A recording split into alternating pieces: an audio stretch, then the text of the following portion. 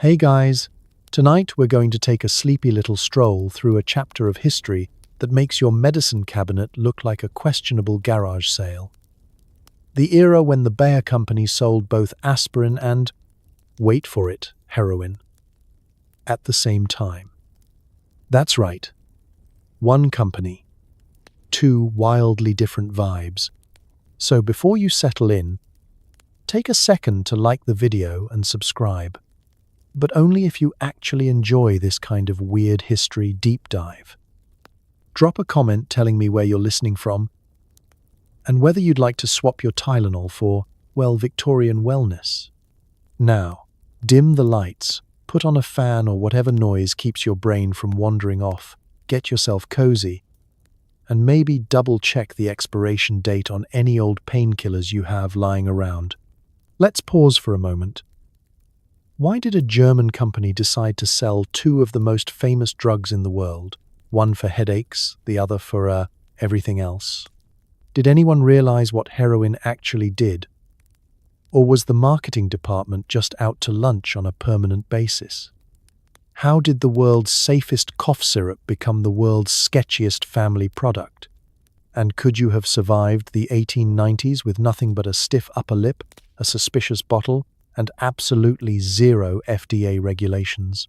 Congratulations. You've just woken up in the late 1890s. You're wearing a hat bigger than your hopes, your moustache is deeply waxed, and you're about to walk into the local pharmacy where the word addictive is just a fun rumor. Good luck. Before aspirin or heroin appeared on the scene, pain management was basically a medieval improv game. Your options were limited to chewing willow bark, praying for relief, or letting your barber surgeon have a go at your skull with a saw. If you had a headache, you just powered through it, like a Victorian dad with a mortgage and no sick days. Let's set the scene. It's the mid-1800s. You've woken up with a skull-splitting headache, possibly because you live in a world filled with coal smoke, chronic existential dread, and children playing with hoop and stick right outside your window at all hours. You reach for your bedside glass of water and remember, oh right, it's full of mysterious floaty things and tastes like sadness. There's no ibuprofen, no cozy hot water bottle, no little orange bottle with a child-proof cap. You're on your own. What do? First, you rummage through your kitchen for some sort of folk remedy, which in this era means a battered tin full of dried roots, something sticky in a jar, and a spoon that's seen too much. Maybe you chew on willow bark because your grandmother swears it worked for her, even though she's also convinced that night air causes tuberculosis and that the neighbor's cat is a witch. Willow bark does contain salicin, but unless you're a plant identification prodigy, you're as likely to chew poison ivy as the good stuff. The headache persists. Your next option is faith. In the great tradition of suffering, you consider praying it away. Depending on your particular brand of spirituality, this might involve lighting a candle, making a pilgrimage to a nearby shrine, or simply staring out the window and muttering at the sky. The results are predictably mixed. God loves you, but apparently not enough to cancel migraines. At best, you get a little peace and quiet, unless your kids have found the wooden spoons again. By mid-morning, things have escalated. You contemplate calling in the local barber surgeon, who is equal parts hairdresser, dentist, and freelance torturer. His toolkit includes leeches, rusty razors, and the kind of optimism only a man with no formal training can possess. Just a little bloodletting, he says. You'll feel like new. The only thing you feel is slightly less full of blood, and possibly a bit regretful.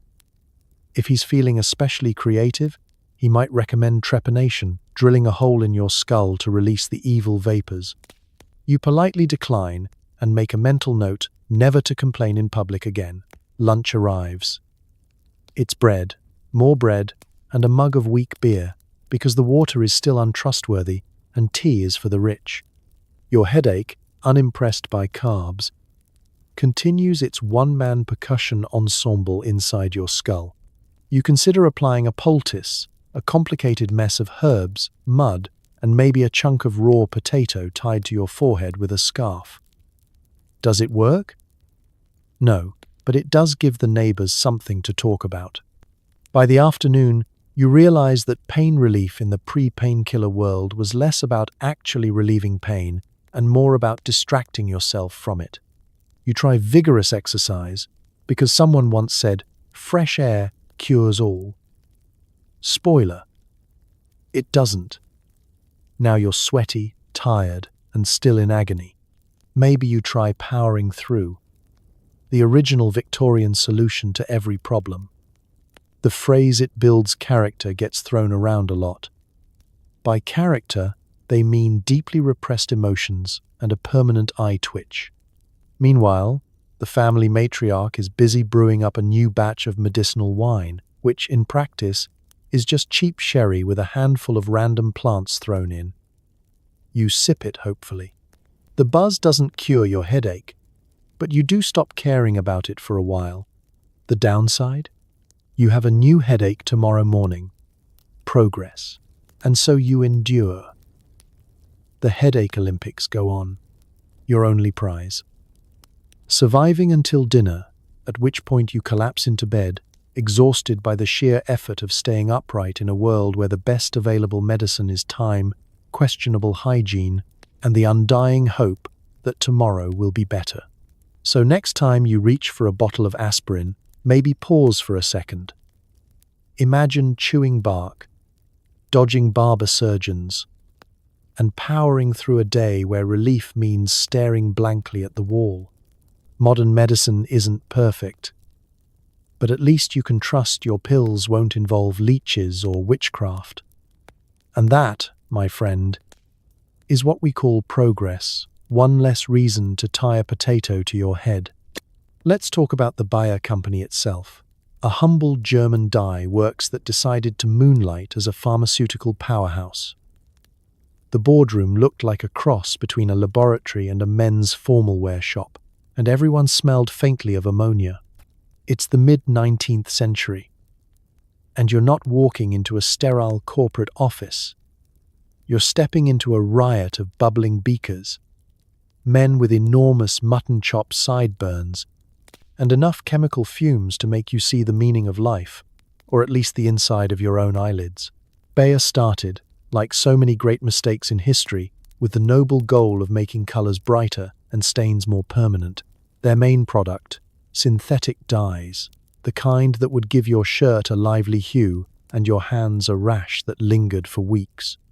As you make your way through the factory, you can't help but notice the unique atmosphere. It's a scent cocktail of burnt sugar, vinegar, sulfur, and something you hope is just the lunchroom. The chemists, always overdressed, are bustling between benches in full waistcoats and silk cravats, looking ready for either a wedding or an explosion. If you ever wondered what would happen if a science fair and a Victorian wedding reception collided, this was it. But the world of dyes was surprisingly cutthroat.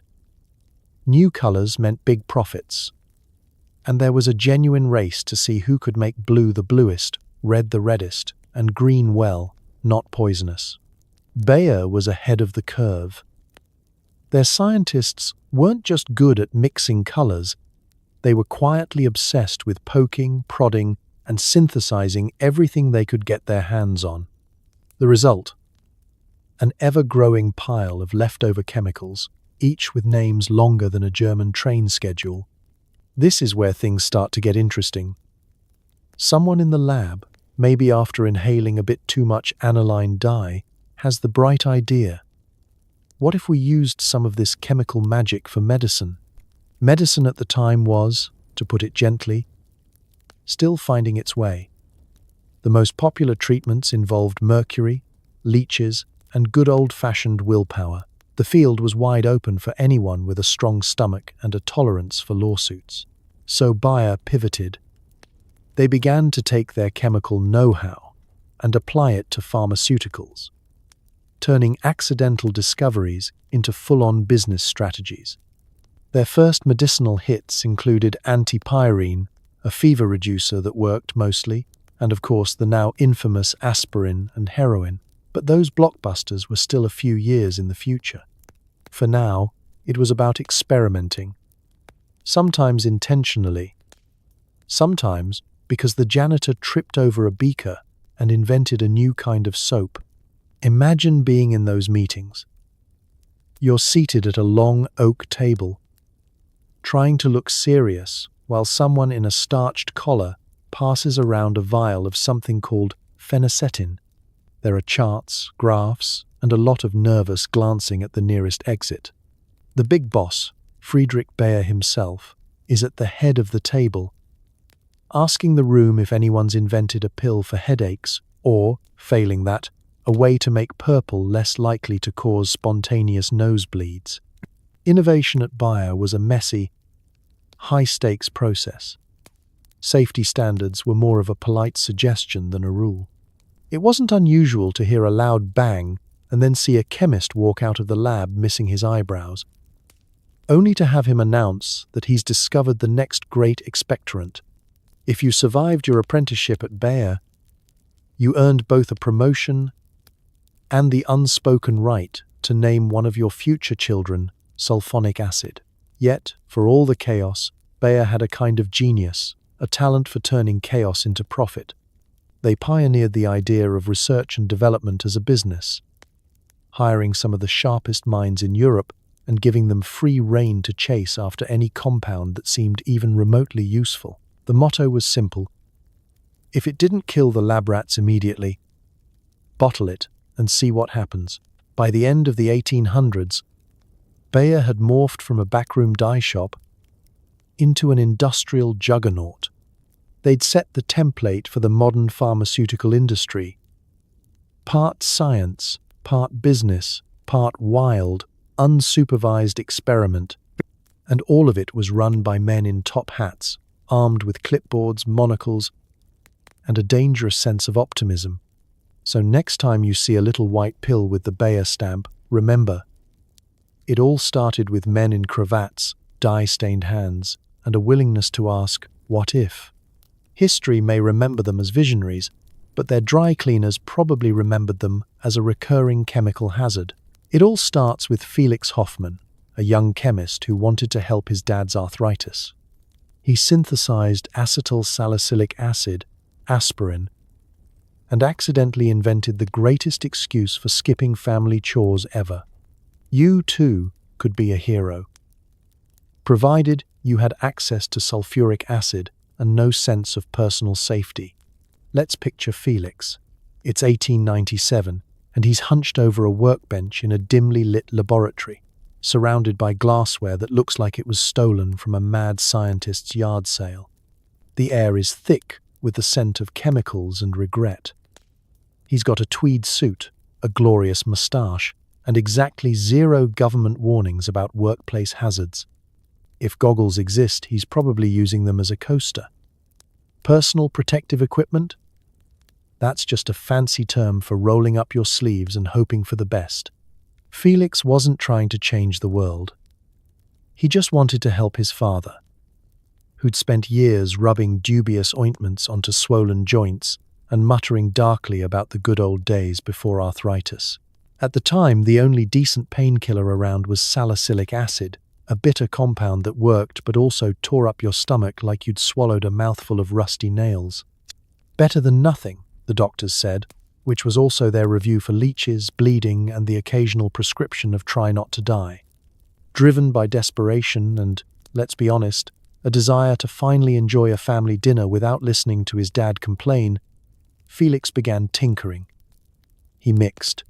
He boiled. He made lists of chemicals with names you couldn't pronounce unless you were coughing. It was trial, error, and a lot of spilled sulfuric acid. There was no instruction manual, just pure chemist's stubbornness. One day, probably while humming a jaunty tune and ignoring the rising tide of smoke, Felix created something different. Acetyl salicylic acid, a compound that still relieved pain but was easier on the stomach. At this point, the responsible thing to do would be animal testing, rigorous peer review, maybe a nice long nap. Instead, Felix did what any good scientist of the era would do. He tasted it himself. And then he gave some to his dad. No double-blind trials, no paperwork, just, "Here, Dad. Swallow this, and tell me if your knees still feel like medieval torture devices." Miraculously, it worked. Felix's father felt better, didn't explode, and only complained about the weather from then on. Felix ran the sample up the Bayer chain of command. And Bayer, never one to miss a commercial opportunity, saw dollar signs, or rather, Deutschmarks. Soon, Felix's kitchen sink chemistry would be rebranded as Aspirin and shipped worldwide in little bottles with elegant labels and zero warnings about side effects, may include accidentally inventing a global pharmaceutical empire. But let's pause for a moment to appreciate the scale of this accidental revolution. Felix didn't just invent a new medicine. He changed the way people treated pain. Suddenly, ordinary headaches, fevers, and hangovers could be conquered with a pill instead of a resigned sigh and a 3-day existential crisis. The family chores didn't stand a chance. No more "I can't help weed the garden, mother, my joints." Now it was, "Take 2 aspirin and get back to the cabbage patch." And yet, Felix's brilliance was oddly thankless. In true corporate tradition, Bayer soon stopped giving him credit for the invention and promoted the Aspirin brand instead. Felix, who just wanted to help his dad, became the unsung hero behind every headache-free afternoon. Weekends, once reserved for convalescing in bed and contemplating the meaninglessness of existence, were now ruined. Everyone was healthy enough to go outside, mow the lawn, and repaint the garden fence. The irony? Felix's discovery didn't make him rich. It just made the world more productive. Millions of people got back to work, play, and arguing about household chores. All thanks to one chemist's wish for a little family peace and quiet. It's proof that sometimes the road to modern comfort is paved by one tired scientist, a cluttered laboratory, and a very persistent dad. So next time you pop an aspirin, give a quiet nod to Felix Hoffmann, the guy who made pain relief possible and accidentally gave the world a new reason to run out of excuses on weekends. Progress, after all, is just one chemist away from a family intervention. Imagine a world where your choices for pain were either laudanum, addictive, whiskey, delicious but unhelpful, or leeches. Now, along comes aspirin, the tiny tablet that promises to cure everything except, possibly, your existential dread. The press goes wild. It's the turn of the 20th century, and suddenly, pain has met its match. The streets are filled with the click-clack of horse hooves, mustaches you could store a week's groceries in, and the persistent background hum of people suffering in silence. Ordinary life is a contact sport. Headaches, fevers, toothaches, mysterious back pains, these are just things you lived with, stoically, while trying not to look too dramatic in public. There were only so many times you could throw yourself across a fainting couch before people started talking. And then, in swoops aspirin. The first batch rolls off the Bayer production line in 1899, packaged in glass vials that look like they should hold moonshine or possibly the souls of tiny Victorian orphans. Bayer's marketing team, fresh off inventing heroin-flavored cough syrup, immediately understands the assignment. They pitch aspirin as a miracle drug. Pain? Fever? The vague malaise of living in a world without air conditioning? Aspirin has you covered. Let's talk about the launch itself.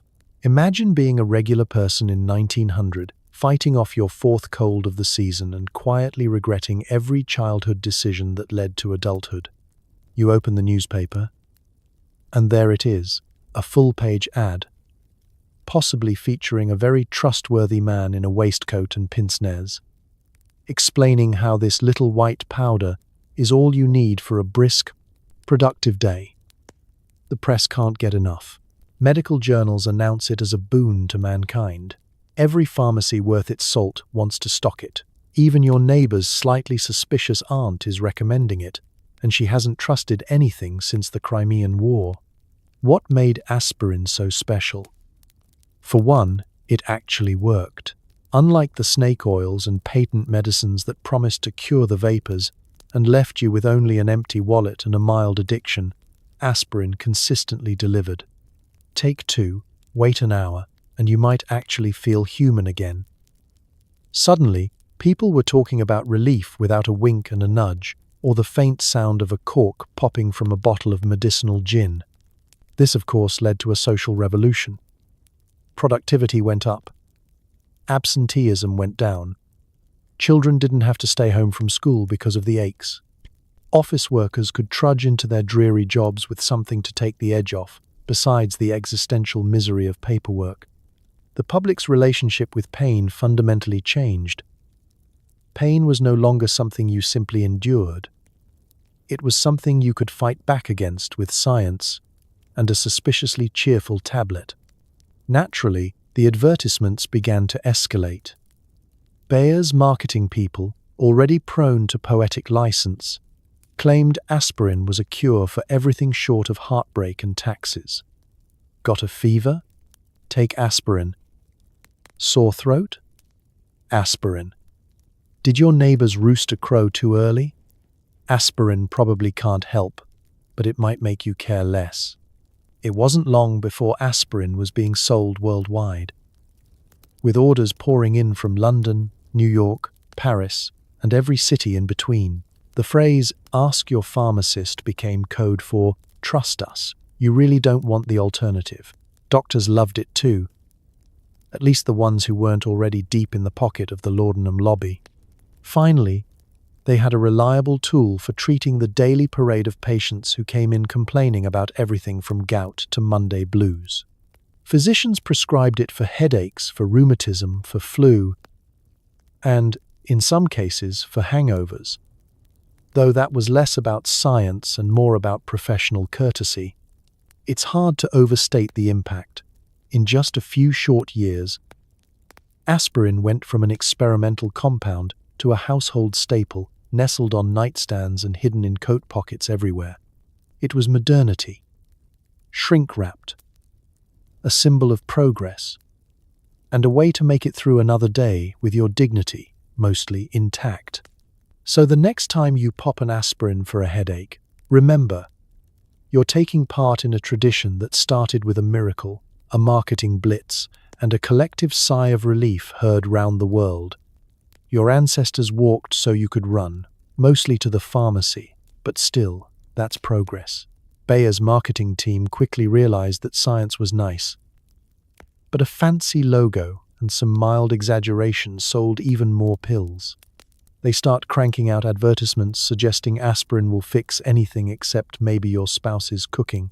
Let's take a step back and appreciate the pure chaotic energy of late 19th century advertising. If you think today's pharmaceutical commercials are creative, just imagine a world with zero regulations, infinite optimism, and a printing press that never sleeps. The streets are awash with posters, newspaper columns, and traveling salesmen all repeating the same gospel. Aspirin isn't just for headaches, it's basically a life upgrade. Got a toothache? Aspirin. Gout? Aspirin. Seasonal sadness? Try aspirin. Marriage? Not working out? Well, take 2 and reconsider, because side effects haven't been invented yet.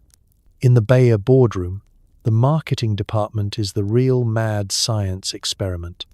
Picture a group of men in stiff collars and slightly crooked boaties, arguing over whether to put a Greek goddess or a cartoon child on the next batch of advertisements. The logo must look official. The claims, even more so. And the testimonials?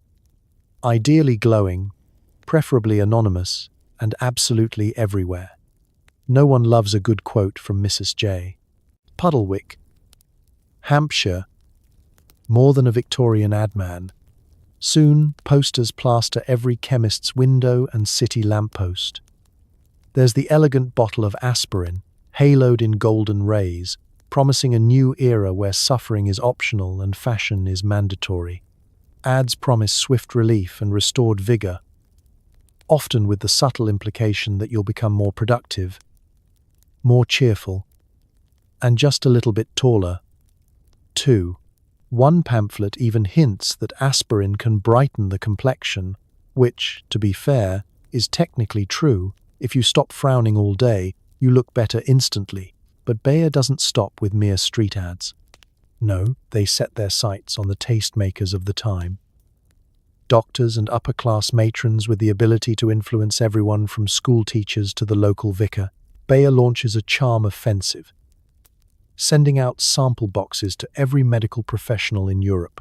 Doctors' offices start looking suspiciously like promotional showrooms, with piles of aspirin vials stacked next to the bloodletting kit. Doctor-recommended quickly becomes the gold standard, even though the recommendation often comes with a side of free tickets to the opera and a case of Rhine wine. Victorian magazines run features extolling the virtues of aspirin, each more effusive than the last.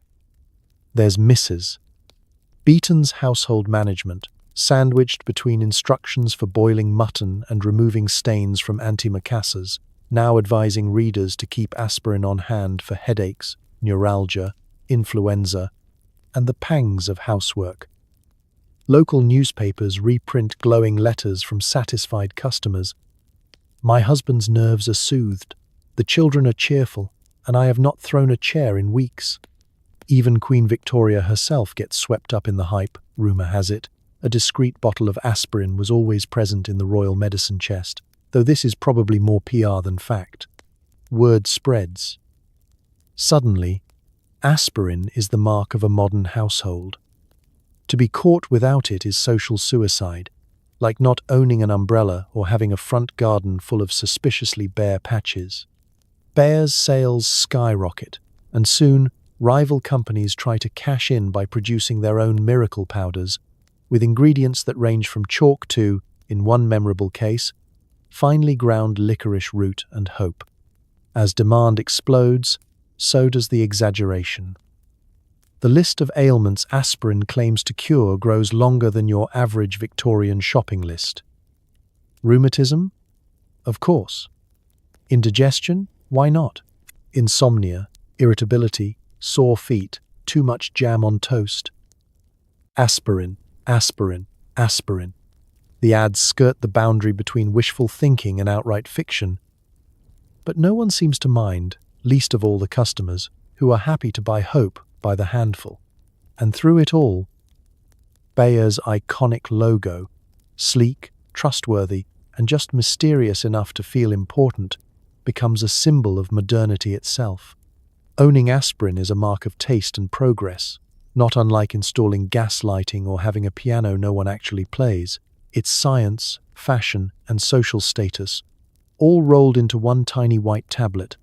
So next time you see an overhyped ad for a new supplement, just remember, the masters of marketing were already here, dressed in tailcoats and selling the dream, one pill at a time. In a world before disclaimers and fine print, all you needed was a promise, a poster, and a logo you could trust. Or at least, a logo that looked expensive. In a classic case of while you're up, grab something from the fridge, the Bayer lab discovers diacetyl morphine, heroin. It's like morphine, but apparently more heroic.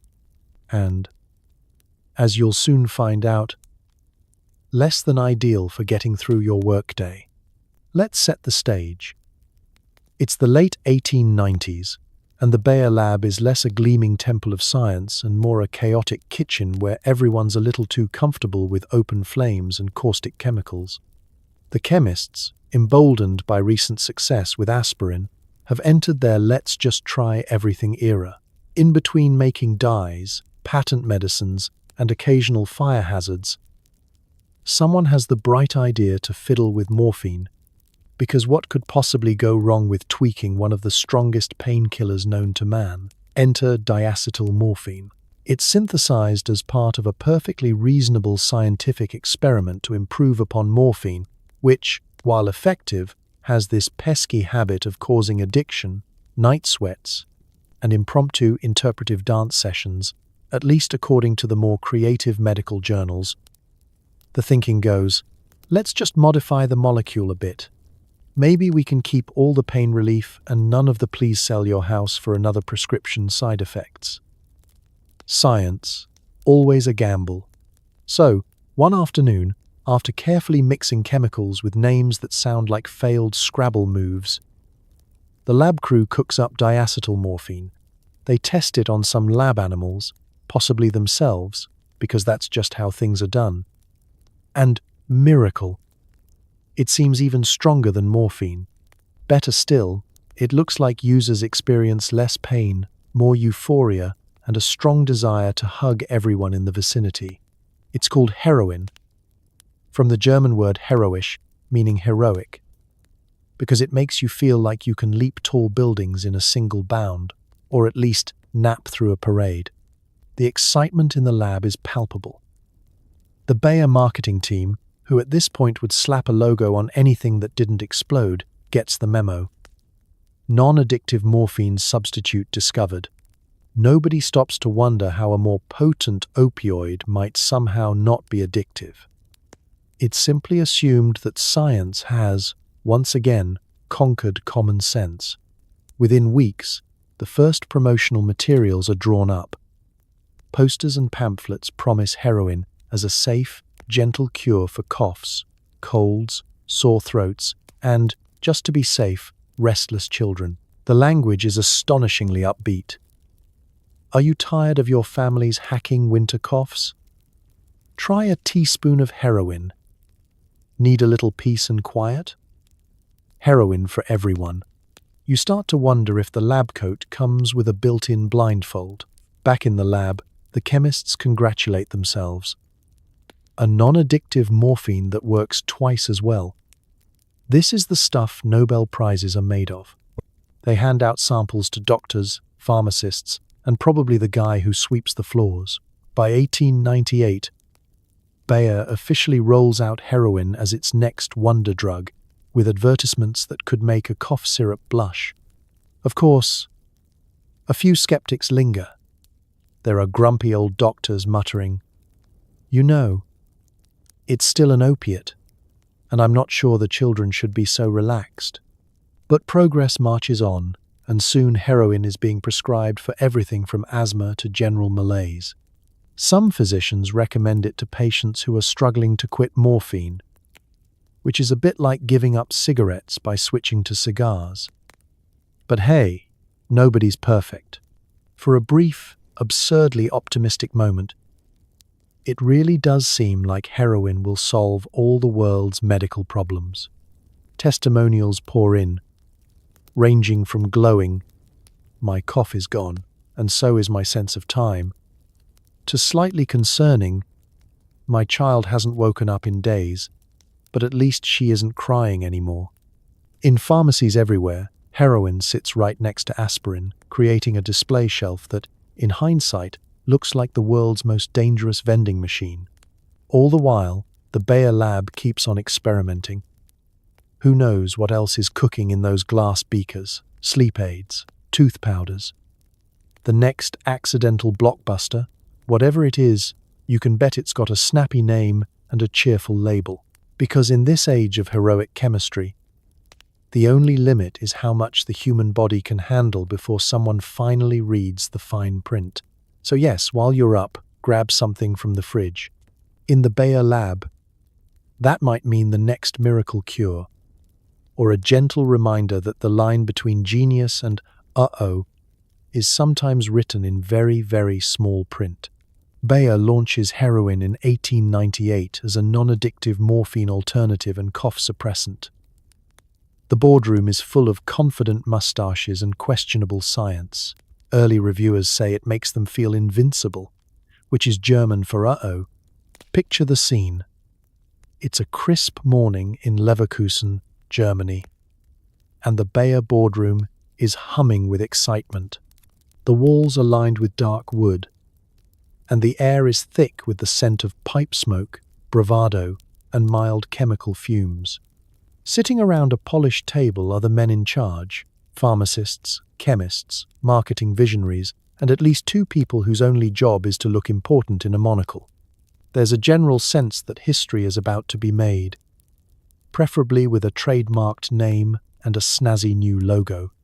The product in question is diacetyl morphine, freshly named Heroin after the German word heroisch. The logic is simple. If morphine is strong, heroin must be, well, heroic, because in the late Victorian era, nothing says good for your family like branding that suggests you could leap a burning carriage with a single dose. No one in the room seems too worried that heroic isn't an FDA-approved medical term. There is no FDA, and proof means your cousin tried it and lived to tell the tale. The team is confident, almost to the point of farce. A non-addictive opiate, they declare, waving glass vials in the air with the casual energy of men who have never had to clean up after a toddler with a cough. The product brief claims it's safe for children, gentle for the elderly, and pleasant for absolutely anyone who has ever sneezed. Bayer's marketing machine gets to work immediately, cranking out pamphlets, posters, and bottle labels featuring images of cheerful families, energetic grandmothers, and, occasionally, robust dogs who have absolutely not been dosed with heroin. Hopefully, doctors receive free samples and instructions that go something like, "Try this for your next patient's cough, or headache, or existential malaise." Medical journals run sponsored articles, confidently stating, "Heroin is less habit-forming than coffee, and a fine way to survive the cold, damp European winters." By the end of the first year, heroin has spread across Germany, then to Britain, America, and well beyond. Within months, the miracle medicine is available in every respectable pharmacy, and a few less respectable ones, just for balance. The launch campaign is relentless. There are endorsements from respected doctors, glowing testimonials from satisfied parents. Little Carl stopped coughing and hasn't asked for supper in 3 days. And advertisements with helpful advice like, "For best results, use liberally." Bayer's sales team travels the world, bringing with them trunks full of heroin samples and, presumably, a suitcase of creative explanations for customs officials. It's a hit. Cough? Heroin. Sore throat? Heroin. Child having a tantrum? Heroin. Can't sleep? Try heroin.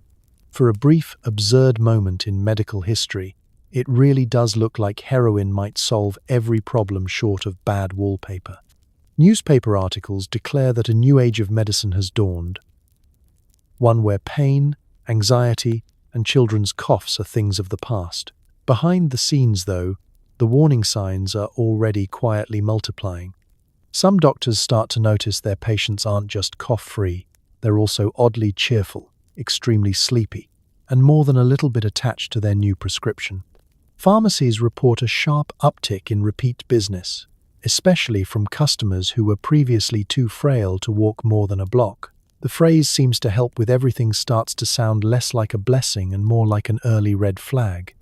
But the sales numbers are beautiful, the testimonials glowing, and Bayer's leadership is convinced the future is bright and full of heroic mustaches. In this glorious haze of optimism, there are few limits. Heroin is bottled as syrup, tablets, and even lozenges. It's recommended in children's medicine chests, elderly care kits, and as a thoughtful gift for anyone who still remembers the horrors of laudanum. The logic is bulletproof. It's new. It's German. It's heroic. What could possibly go wrong? So, the Heroin debut marches on, buoyed by confidence, catchy jingles, and an entire marketing department fueled by caffeine, bravado, and exactly 0 clinical trials. The world has a new hero in a bottle, and somewhere in the background, science quietly packs its bags and books, a ticket for a very long vacation. Let's walk into a Victorian pharmacy, where the wooden shelves are lined with remedies for all your woes. On one side, aspirin for your headache. On the other, heroin syrup for your cough. It's like picking between soup and gasoline for dinner. You push open the heavy wooden door, greeted by a little bell that jingles above your head, a sound designed to make you feel welcome and also to alert the pharmacist that you're about to make a potentially disastrous life choice. The place is a sensory circus. The sharp tang of camphor, shelves stacked to the ceiling with apothecary jars, and a counter staffed by a mustachioed gentleman who looks like he just stepped out of a penny dreadful novel. He's surrounded by rows of little glass bottles, each more mysterious than the last. You scan the room. There's aspirin, in a neat tin with an elegant label, promising swift relief for headache, rheumatism, neuralgia, and all nervous complaints. Next to it, Her0in, in a syrup bottle, its logo helpfully featuring a bright red cross and the slogan, "For coughs, children love it." There's no warning about drowsiness, addiction, or the possibility of waking up in 1902 and realizing you've slept through 3 seasons of Downton Abbey. Victorian pharmacies aren't divided by age, gender, or health condition. They're divided by marketing confidence and a casual disregard for the concept of side effects. There are home remedies made of herbs and hope, patent medicines with secret ingredients, and the ever-popular cure-alls that guarantee to fix everything except your mother-in-law's tendency to visit unannounced. And in the middle of it all, aspirin and heroin sit side by side, twins in the world of trust us. It's probably fine. Let's say you have a headache. The pharmacist offers you a choice. Aspirin, the modern miracle in tablet form, or heroin, for those more persistent aches. You're assured that either one will work wonders, and you might even get a free sample of both. The only thing standing between you and a very interesting afternoon is the strength of your Victorian self-restraint. Maybe you've got a nasty cough.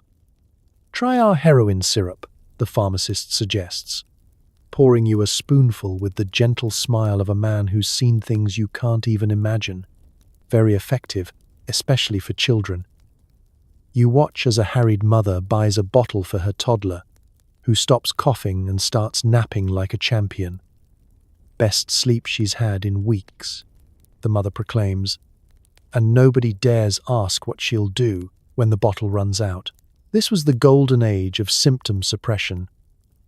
Why treat the underlying cause when you could simply take the edge off in style? The modern FDA is decades away, and regulations are as rare as a dentist with a gentle touch. There's a certain optimism, or perhaps denial, in the air, a belief that science can fix anything, provided you don't ask too many questions. Of course, the pharmacist isn't just your drug dealer.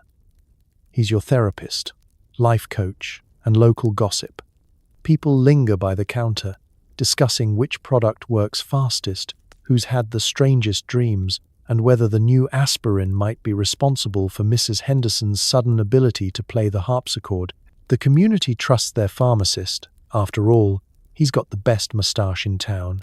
It all feels strangely comforting, until you realize the real risk isn't picking the wrong remedy. It's that you could choose both, and nobody would stop you.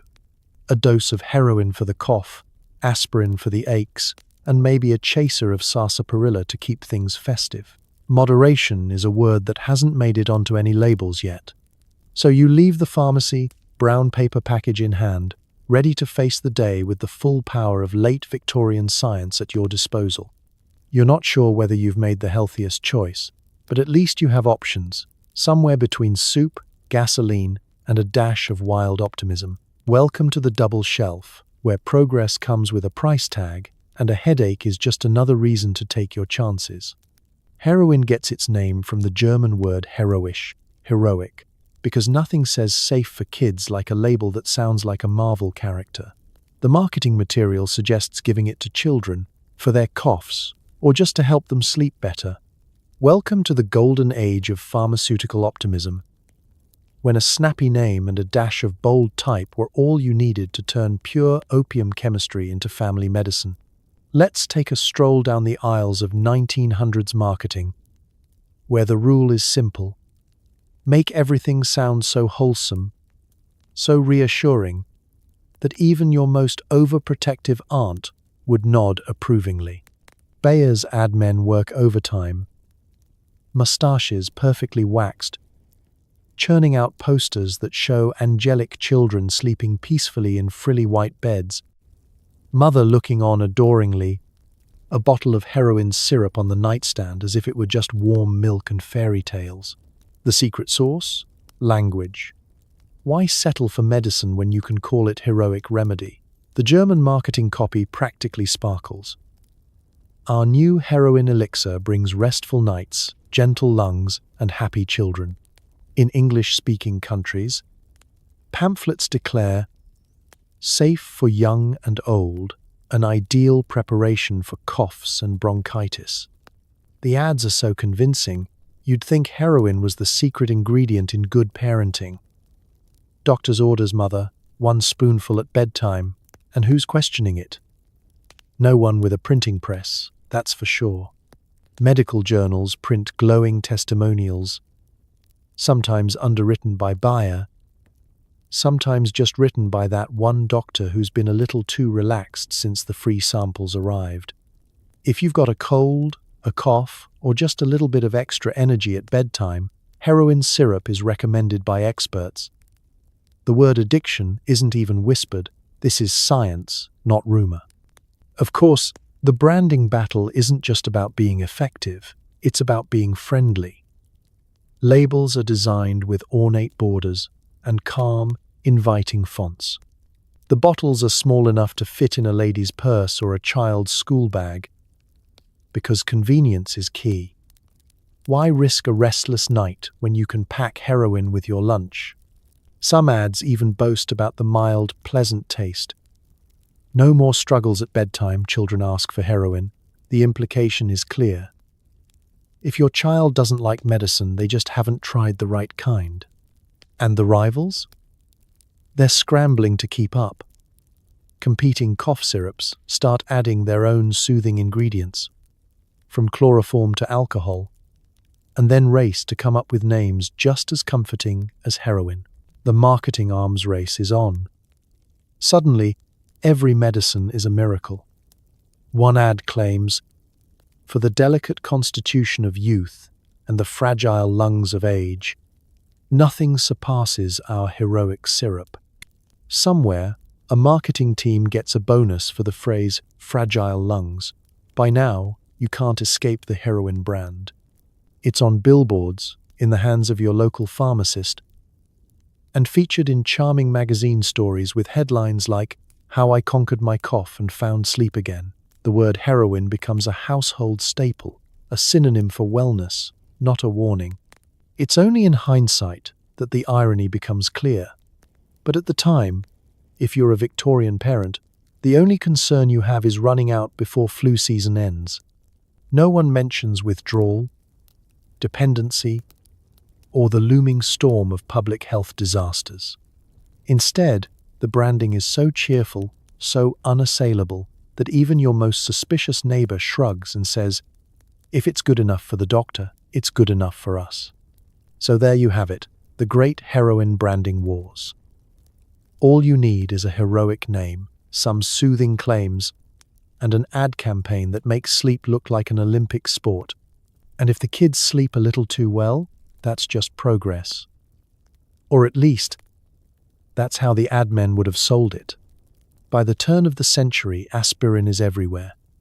From battlefields to boudoirs, everyone's popping little white pills like candy. The only thing spreading faster than aspirin is the questionable medical advice your neighbor keeps repeating.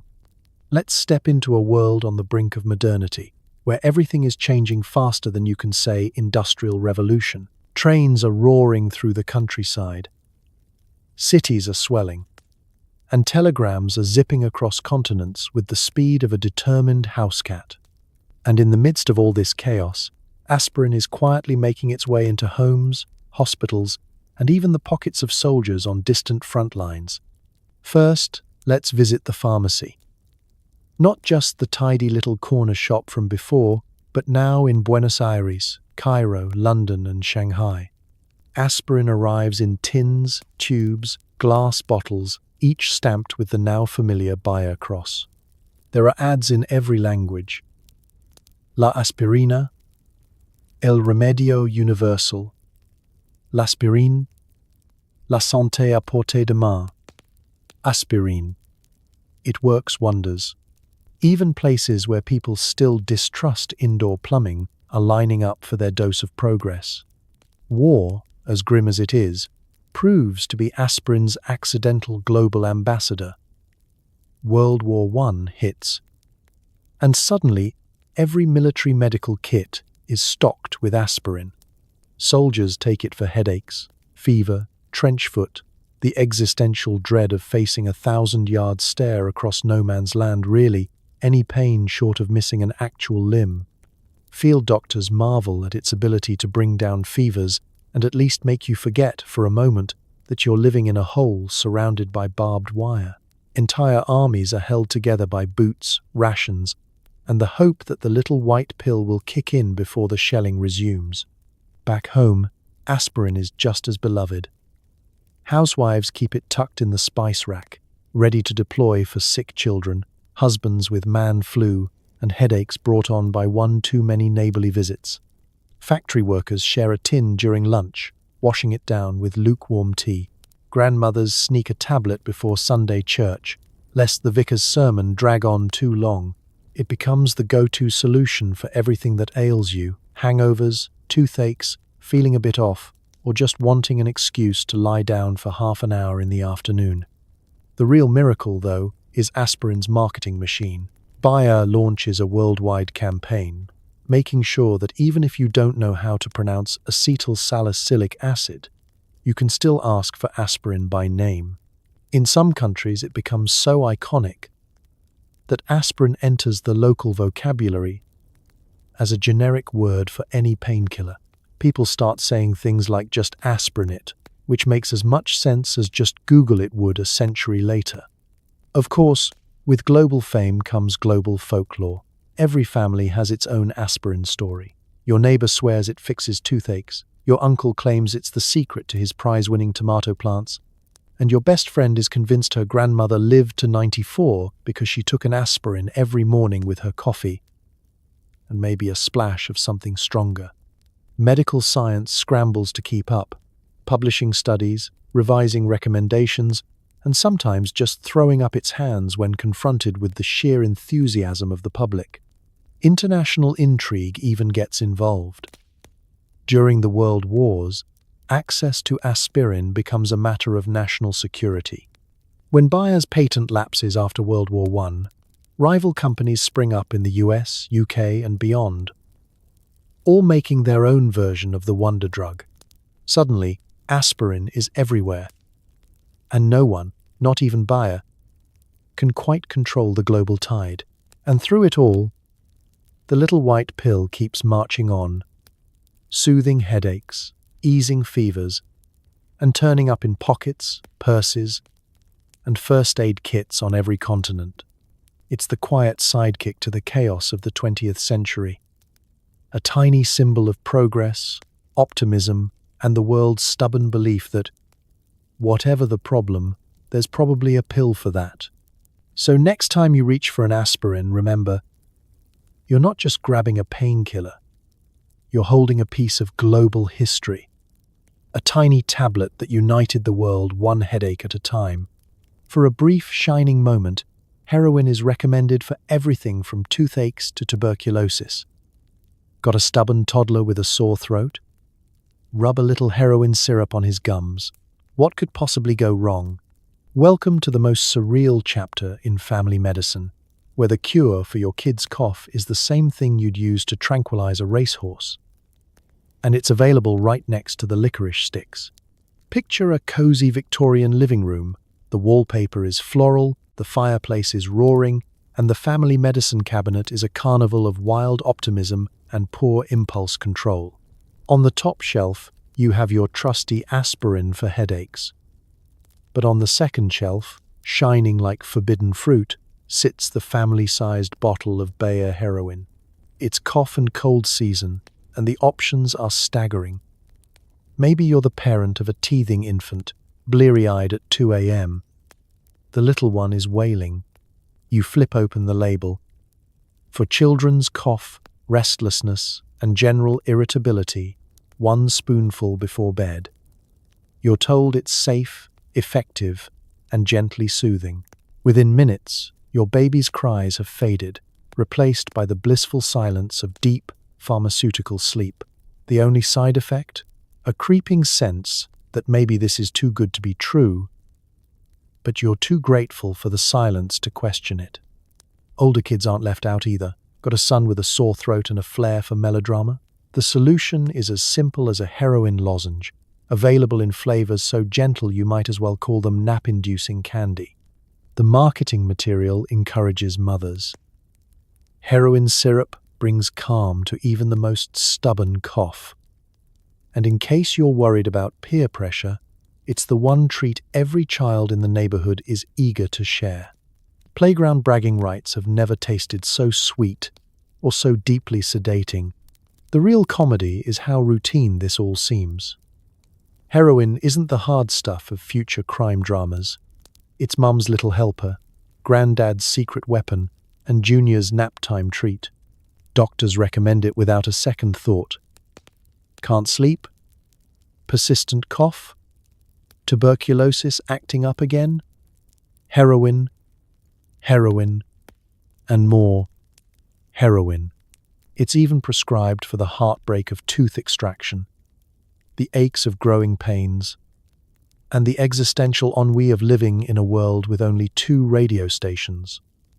The era's medical experts, their confidence unshaken, publish glowing reviews in family magazines.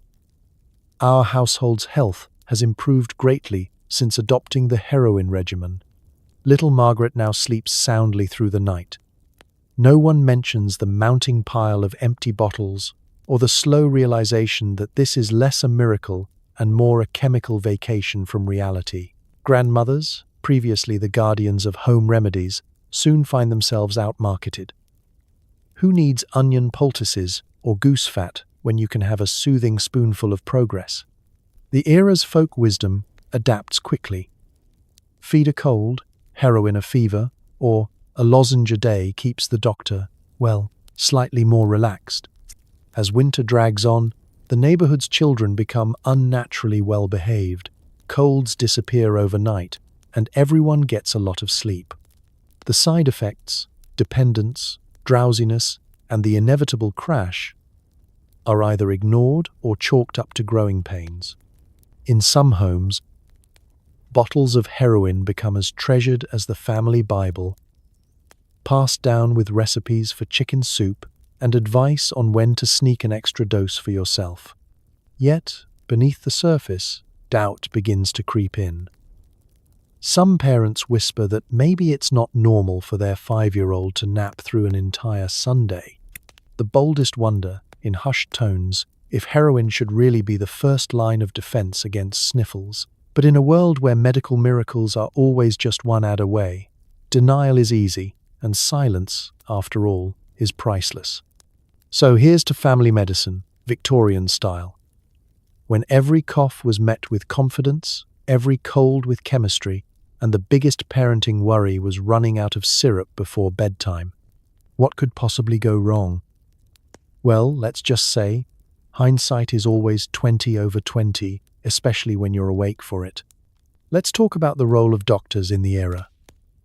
The family doctor, armed with a stethoscope, a bottle of heroin, and the world's worst handwriting, dispenses medical wisdom and substances in equal measure. Mothers swap tips on the best brands of, well, everything. Step into any respectable home at the dawn of the 20th century, and you'll find an entire ecosystem of advice swirling around the kitchen table. The doctor is a regular visitor, a cross between wise old owl, local gossip, and mildly terrifying authority figure. He's likely to arrive on horseback, his black bag clinking with glass vials and mysterious tinctures, his face set in the expression of a man who's seen too much and is determined to prescribe something for it. The 1900s doctor's toolkit is a marvel of its time.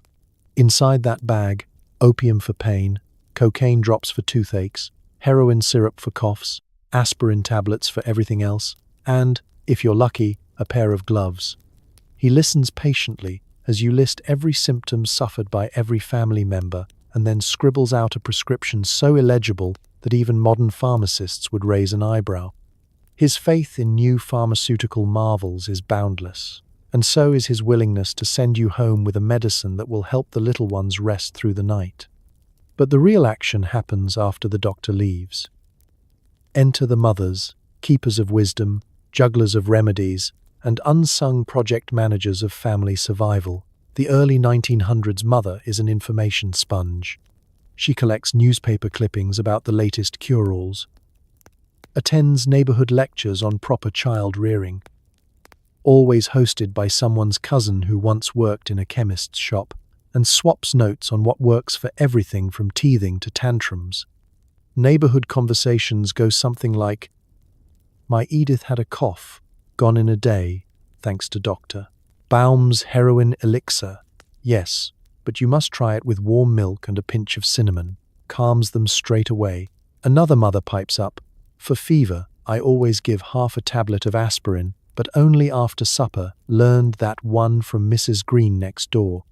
Parenting is a competitive sport, and medical endorsements are the prized trophies.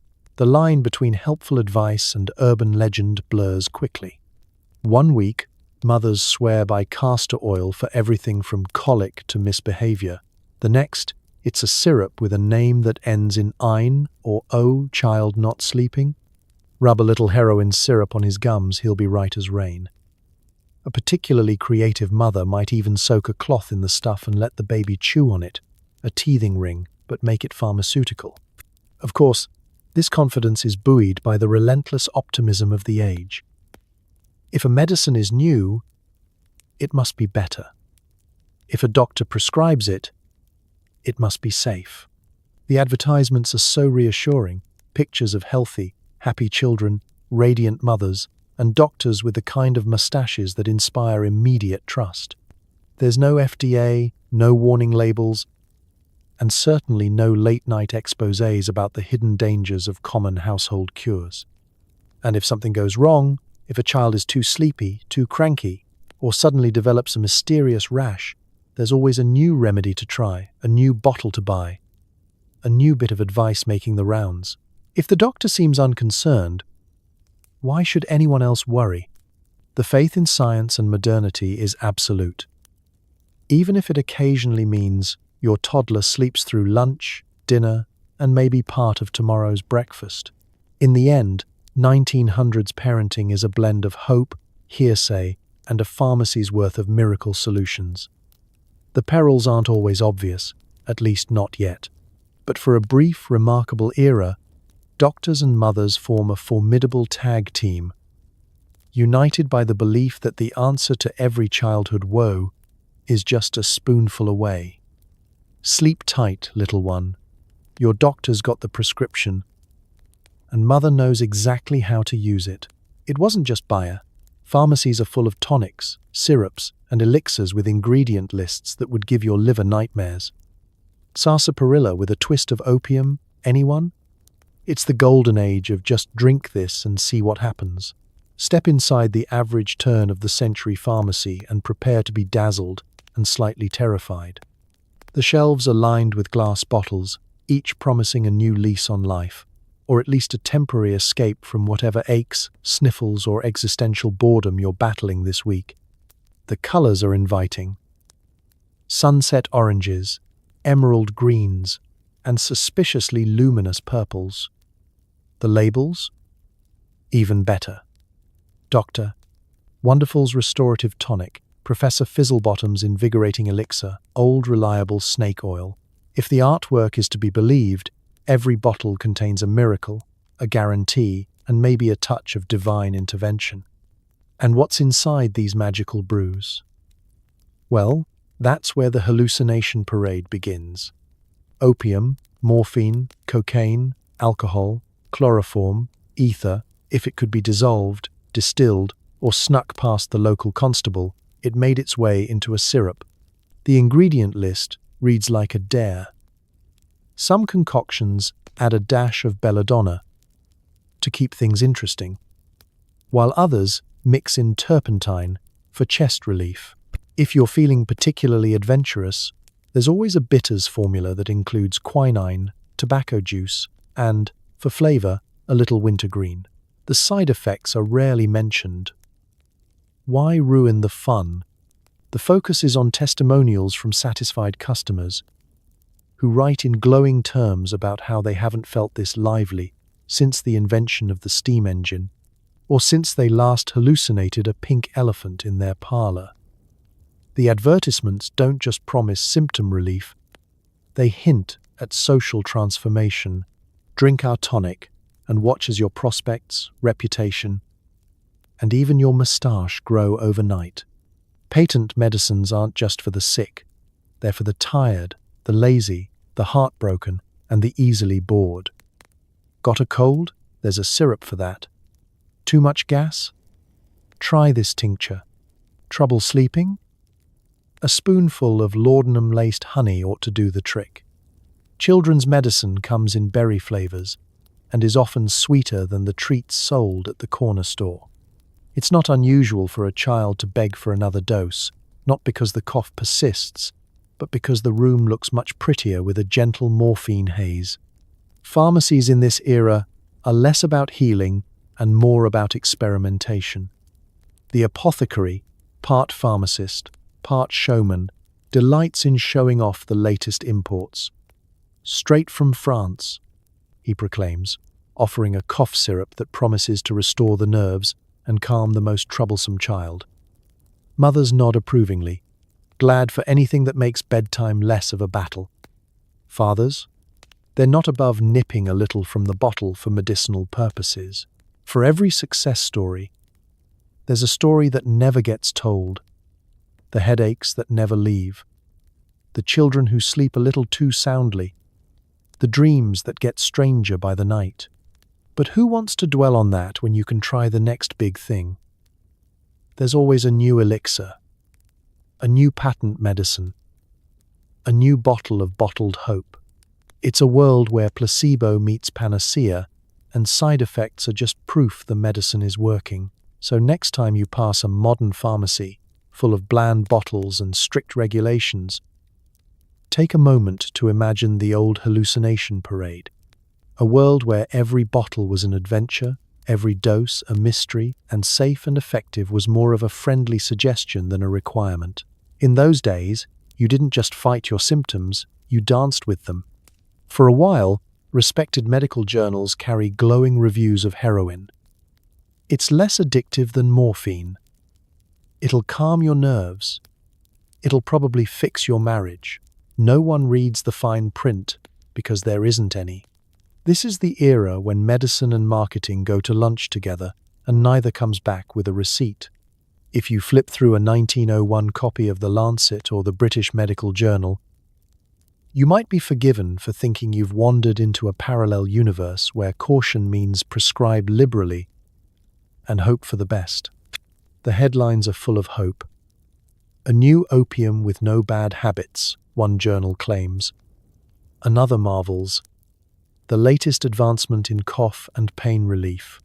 Testimonials from real doctors fill the columns, all describing miraculous recoveries from patients who used to cough, ache, or simply be too anxious to function, now suddenly transformed into models of Victorian serenity. Peer review is, let's call it, optimistic. Studies are based on small samples, anecdotal evidence, and sometimes the author's immediate family. One article in a respected German journal raves that heroin restores vitality to the feeble and brings restful sleep without morning regret. There is no discussion of side effects, unless you count mild drowsiness and occasional daydreaming about floating on clouds. One enthusiastic researcher writes, "My own son's persistent cough was conquered after 3 doses, and he now exhibits an admirable calmness, sometimes for hours at a time. You don't say. Bayer, for its part, is delighted. The company regularly sends boxes of heroin samples to prominent doctors, who are encouraged to share their clinical impressions. It turns out that a free case of the latest wonder drug is the early 1900s equivalent of sponsored content. Everyone's excited to share a glowing review when there's a year's supply in the back cupboard. Medical conferences are abuzz with talk of the morphine problem finally solved, and heroin is praised as a breakthrough for treating coughs, tuberculosis, and even mild anxiety. One American journal confidently declares, "The question of addiction has been greatly exaggerated. Our experiences reveal no evidence of craving, even after repeated use. Those experiences, in case you're wondering, mostly involve patients who keep asking for refills."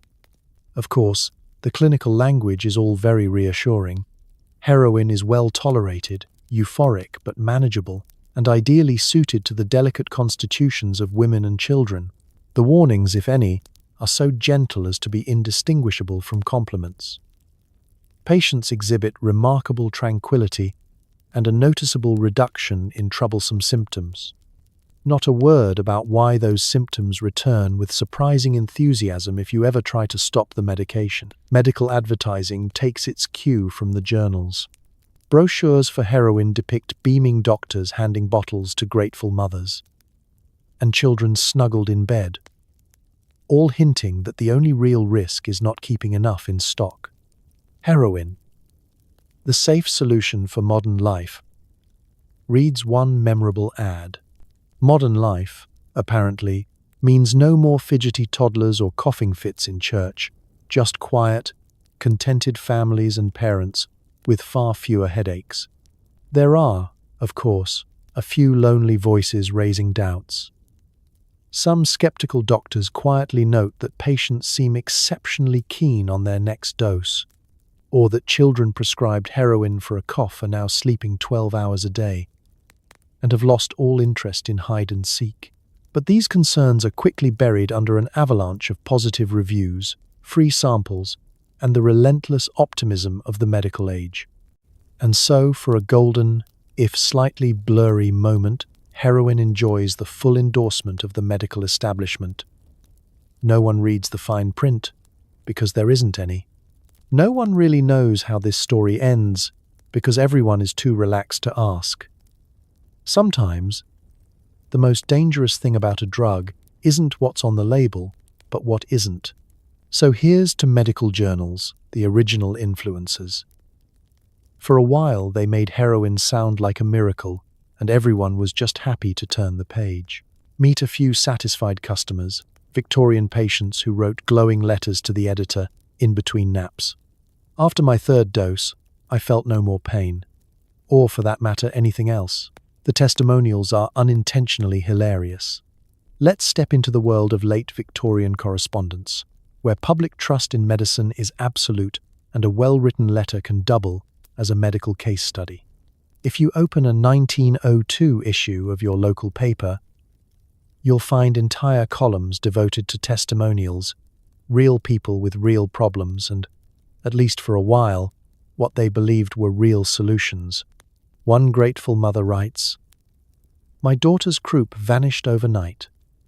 We barely finished the bottle before she slept soundly through the week.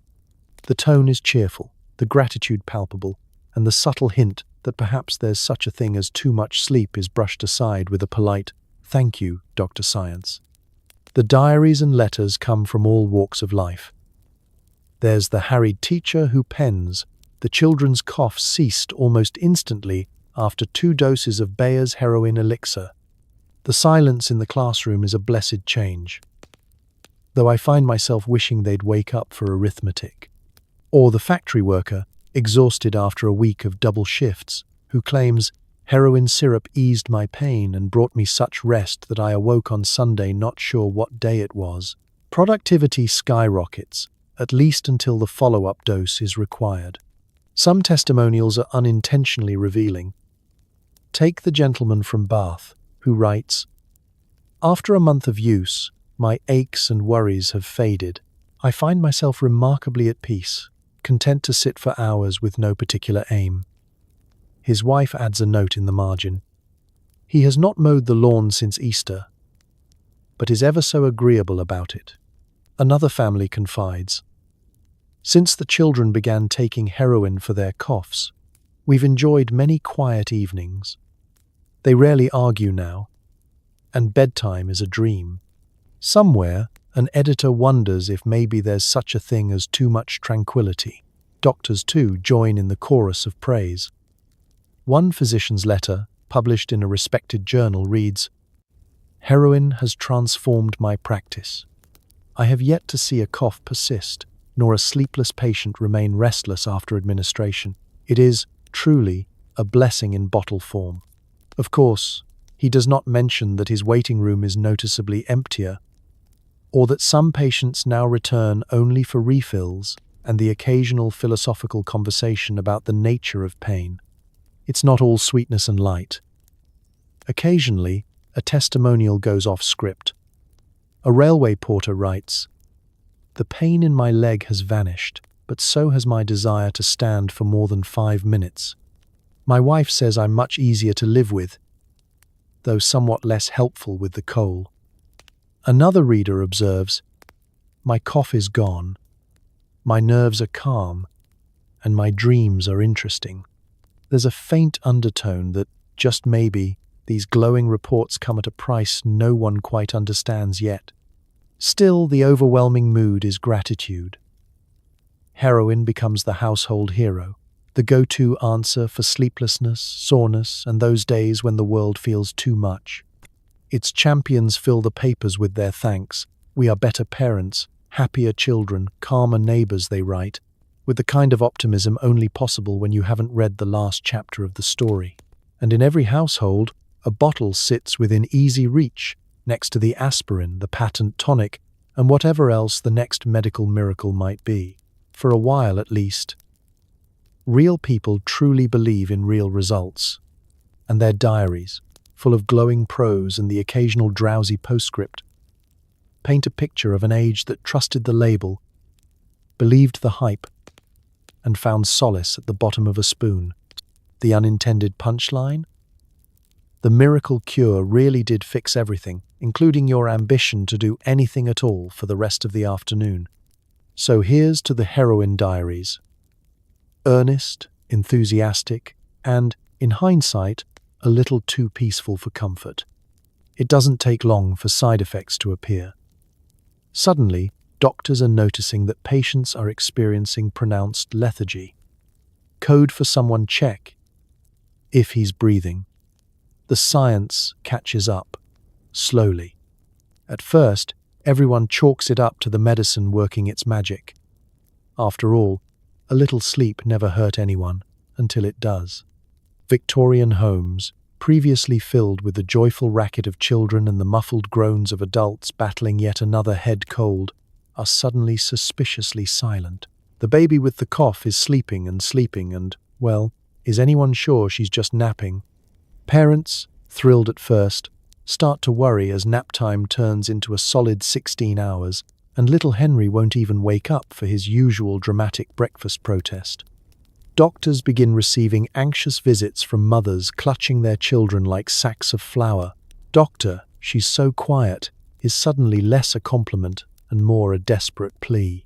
The doctor's response, typically some variation on "give it another day" or perhaps half a spoonful this time, doesn't exactly inspire confidence. One journal even notes, in the driest possible prose, patients display unusual levels of repose, sometimes extending beyond normal expectations. Translation: we may have invented the world's most powerful snooze button, but it's not just the kids. Grown men come home from work, take a dose of heroin for their bronchitis, and promptly pass out in the parlor chair, missing dinner, dessert, and sometimes Tuesday altogether. The family starts treating the living room like a silent retreat, tiptoeing around Uncle George as he snores through another round of Victorian charades. Grandmothers who once rose before dawn are now sleeping in like teenagers on a Saturday. And nobody can remember the last time the neighbor's dog barked past noon. Still, the medical establishment is slow to admit there's a problem. Partly, it's optimism, the belief that a miracle cure just needs the right dose, or a little more faith. Partly, it's the inertia of public trust. Heroin has been so thoroughly advertised as non-addictive and perfectly safe for children that to question it now would be to question progress itself. Besides, the alternative is going back to loud, coughing children and men complaining about their joints, and who wants that? But gradually, a few bolder doctors begin to speak up. In hushed tones at conferences and in careful footnotes in the medical journals, they point out an odd trend. Patients keep coming back, not for coughs, but because they can't quite wake up. There are stories of families who reduce the dose and suddenly have very cranky, very tired, and sometimes slightly shaky children. One doctor describes his own son as strangely content, if difficult to rouse. Another writes, "The medicine appears to address all manner of complaints, so long as the patient does not require alertness for several days thereafter." The newspapers, always eager for a new sensation, start to sniff around. "Mystery sleep epidemic?" shouts one headline. "Are our children too well rested?" asks another, next to an advert for, yes, Her0in cough syrup. The irony is lost on no one, except perhaps the marketing department. In the face of mounting pronounced lethargy, the official medical advice slowly shifts from take liberally to use with care to perhaps don't at all. By now, the public is divided. Some defend Her0in as the best thing since sliced bread, and much better than sliced bread for quieting the household, while others quietly pour the syrup down the drain and return to onion poultices and prayers. The warning signs are clear in hindsight. But at the time, it all felt like progress. Until everyone realized that when your wonder drug's most impressive result is a house full of unresponsive patients, maybe it's time to read the fine print, or at least check if anyone's still breathing. In the end, the science does catch up. Just slowly enough for a generation of parents to learn that, when it comes to miracle cures, sometimes the real miracle is simply waking up in time for breakfast. Addiction rates begin to rise. Families notice Grandpa spends a lot of time resting his eyes. The medical community launches into a full-scale panic. One slightly slower and less enthusiastic than you'd hope. At first, nobody wants to admit there's a problem. After all, Her0in was the wonder drug, the heroic solution to every cough, ache, and sleepless night. The bottles promised calm, rest, and freedom from pain. Who could complain about a little extra relaxation? But as weeks turn into months, some unsettling patterns start to emerge across polite Victorian society. Grandpa, who used to tend the garden every morning, now spends most of his days napping in the parlor. Aunt Mildred, who once complained about every ache, is eerily quiet and requests her syrup with a dreamy smile. And little Tommy, the rowdy nephew, is suddenly the easiest child to babysit, if you don't mind that he hasn't blinked in an hour. Doctors begin to notice something odd about their most frequent patients. The same cheerful faces keep returning for just one more bottle. "Doctor, it's for my nerves." The pharmacy, once a place for friendly neighborhood chats and the occasional dramatic fainting spell, turns into a parade of regulars, all with the same tired eyes and unsteady hands. The term resting his eyes becomes the family's polite way of saying, he's had a bit too much of the heroic dose. Soon, even the most optimistic medical journals can't avoid the trend. The letters start to change tone. "My pain is gone, but I feel strangely compelled to return for more. This medicine is marvelous, but my husband seems to have developed a particular fondness for it. He can't go a day without his dose." The previously glowing testimonials start to sound more like confessions. Behind closed doors, doctors begin quietly discussing habituation, unusual cravings, and patients who appear alarmingly attached to their medicine chests. The medical community, true to form, responds in the slowest, most dignified panic possible. Committees are formed, experts are summoned, meetings are held in oak-paneled rooms filled with anxious coughing and the nervous shuffling of feet. No one wants to be the first to say it, but everyone is thinking it. Maybe non-addictive was a bit optimistic. Perhaps, they concede, there's a tiny chance that giving out unlimited bottles of supercharged morphine with the word heroic on the label wasn't the most responsible plan. The public, meanwhile, is slow to catch on.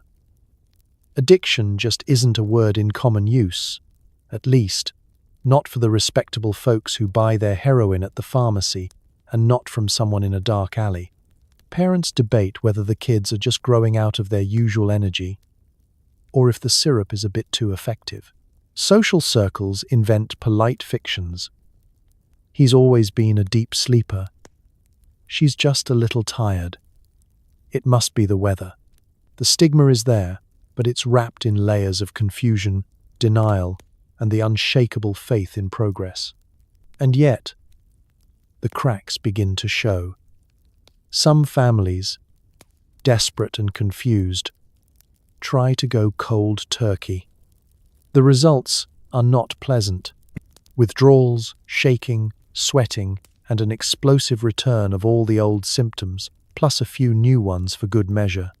The very doctors who once handed out heroin-like party favors now find themselves searching for new answers, new treatments, and, above all, a way to quietly retire the miracle medicine before anyone starts demanding an explanation. Eventually, the newspapers join in. Habit forming? They ask, with the tone of a dog discovering its tail. Editorials hint at mysterious dependence and nervous complaints. The first public health warnings are issued, sandwiched between ads for the very syrups they're now warning against. And so, the heroic era of heroin starts to lose its shine, replaced by the slow, painful realization that maybe, just maybe, not all miracles are meant for daily use. The world wakes up, slightly groggy, and wonders how it ever thought otherwise. Suddenly, the headlines are less "miracle cure" and more "why are people napping in the street?" Public opinion flips, and the jokes write themselves. Someone even coins the phrase heroin chic, but it's not as fun as it sounds. At first, the newspapers can't get enough of the heroin story. The earliest coverage is gleefully optimistic. There are illustrations of beaming mothers, robust children, and doctors with twinkling eyes, all celebrating the latest German marvel. "A heroic advance in medicine," shouts one headline. In society pages, heroin is praised for restoring vigor to the household and ending the tyranny of the midnight cough. The brand is so mainstream that even cartoonists have fun drawing bottles with little capes and masks, as if heroin itself were the superhero of modern health. But all fairy tales come with a plot twist. As the months go by, odd little stories start sneaking onto the back pages. There's the anecdote about the lamplighter who fell asleep halfway through his route, or the church organist who drifted off in the middle of the Lord's Prayer. Too much heroin in the parlor? One columnist wonders. Another publishes a tongue-in-cheek recipe for the ideal Victorian afternoon. 1 nap, 1 spoonful, and 3 hours missing from your schedule.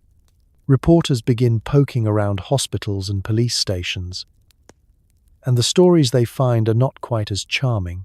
There are tales of respectable townsfolk nodding off in shop doorways, exhausted clerks forgetting how to count, and, most worryingly, a surge in unexplained absences at the Tuesday Bridge Club. Headlines become cheekier. "A city asleep," "The new plague," and "Bayer's bottle." Miracle or menace? Editors can't resist. They start running side-by-side photos of before and after patients. Mr. Thompson, once the life of the party, now the king of catnaps. As always, satire and gossip move faster than the science. Cartoons show Victorian streets littered with people dozing like sunbathing cats, while schoolchildren sneak syrup behind the teacher's back. Parody columns offer fake classified ads. For sale.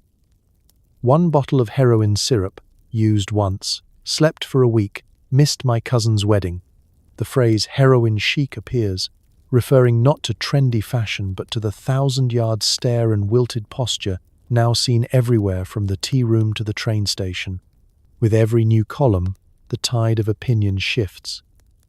Families who once bragged about their healthy, quiet children now express concern about how difficult it is to rouse them, even with the promise of pudding.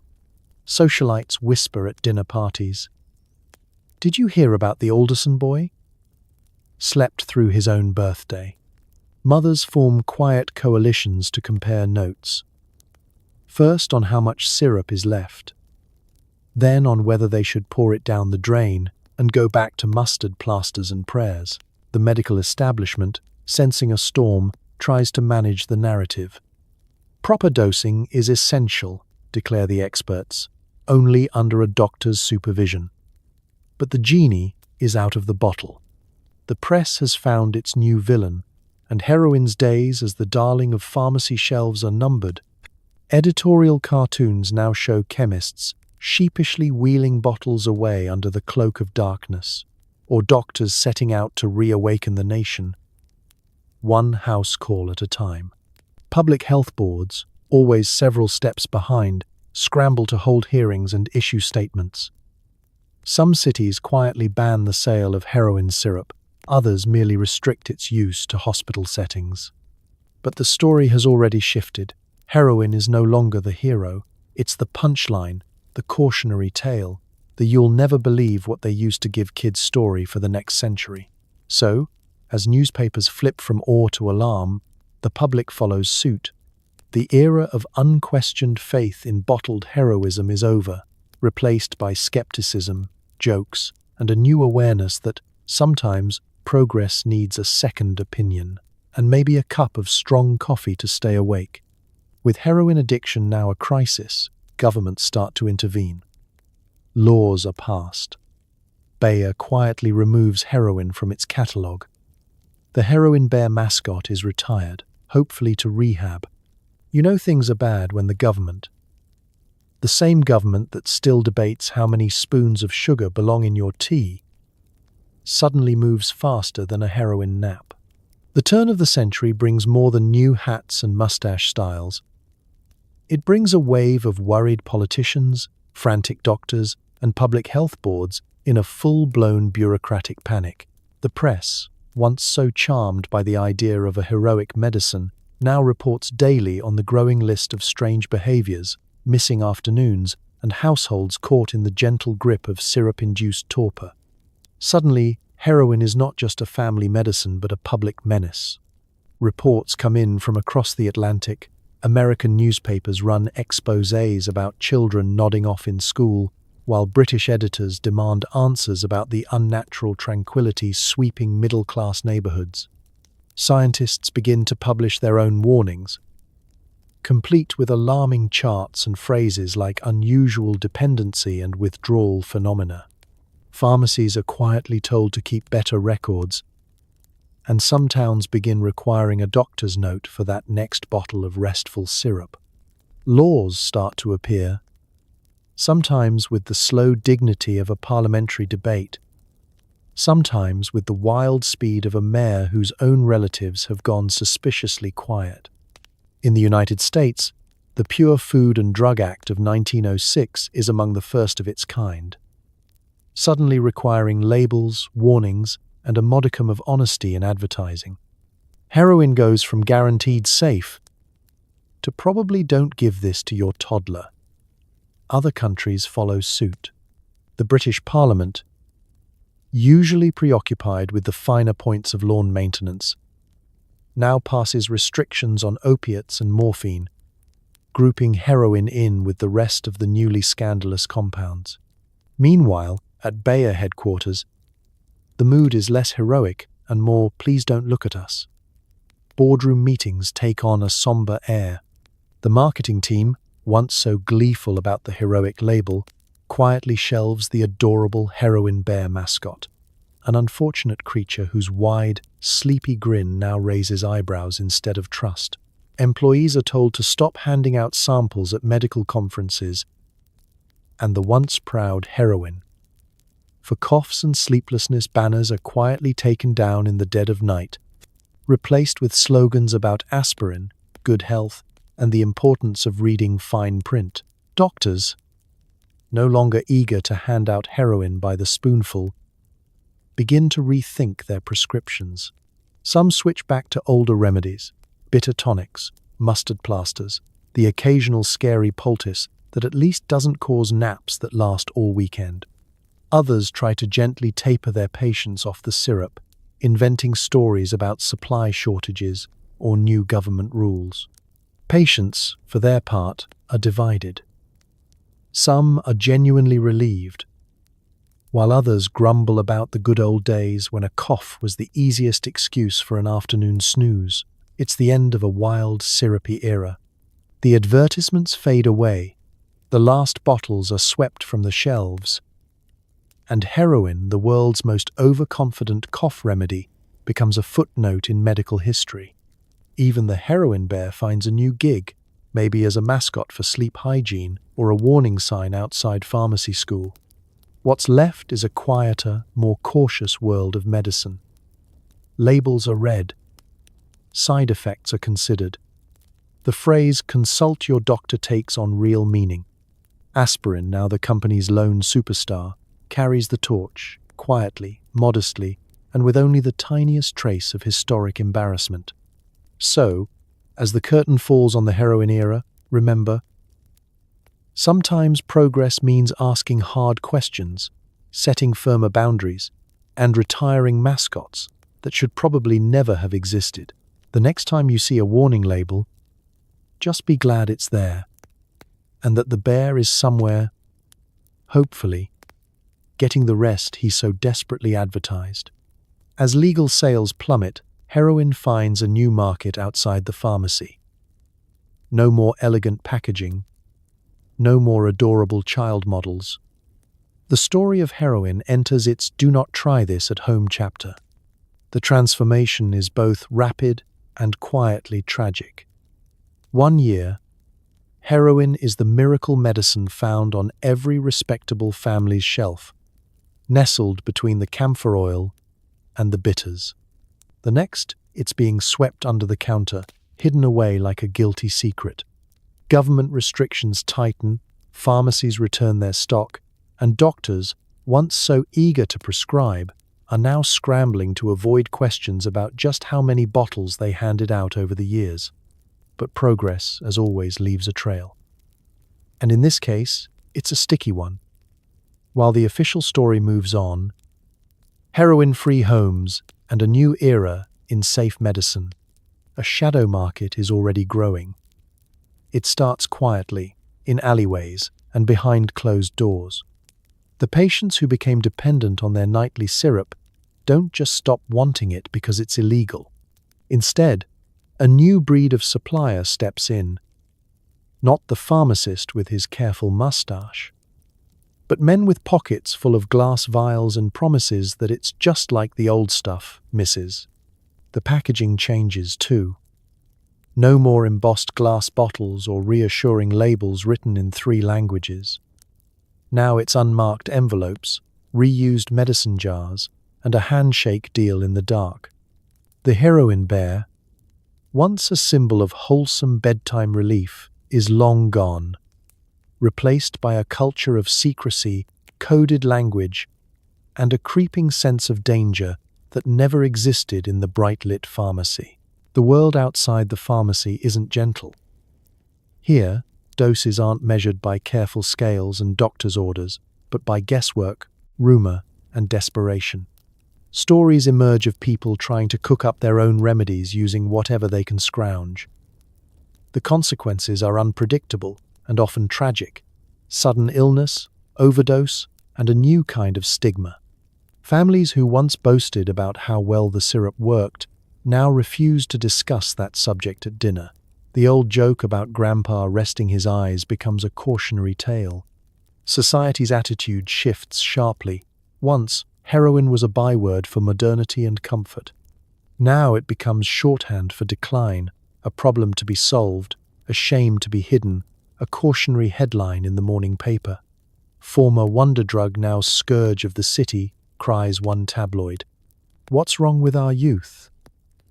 Wonders another, conveniently forgetting last year's glowing review of restful, heroic nights for the whole family. Law enforcement enters the scene, usually several steps behind the actual problem.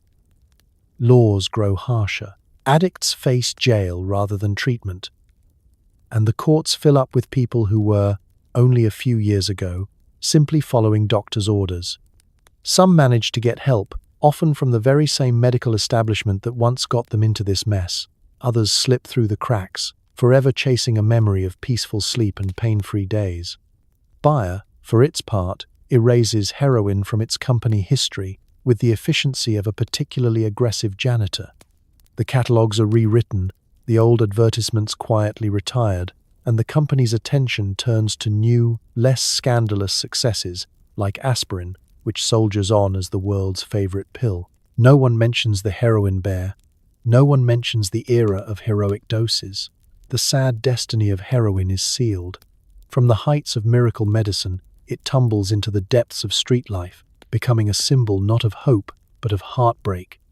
Its story is a warning that progress, left unchecked and unchallenged, can so easily run off the rails.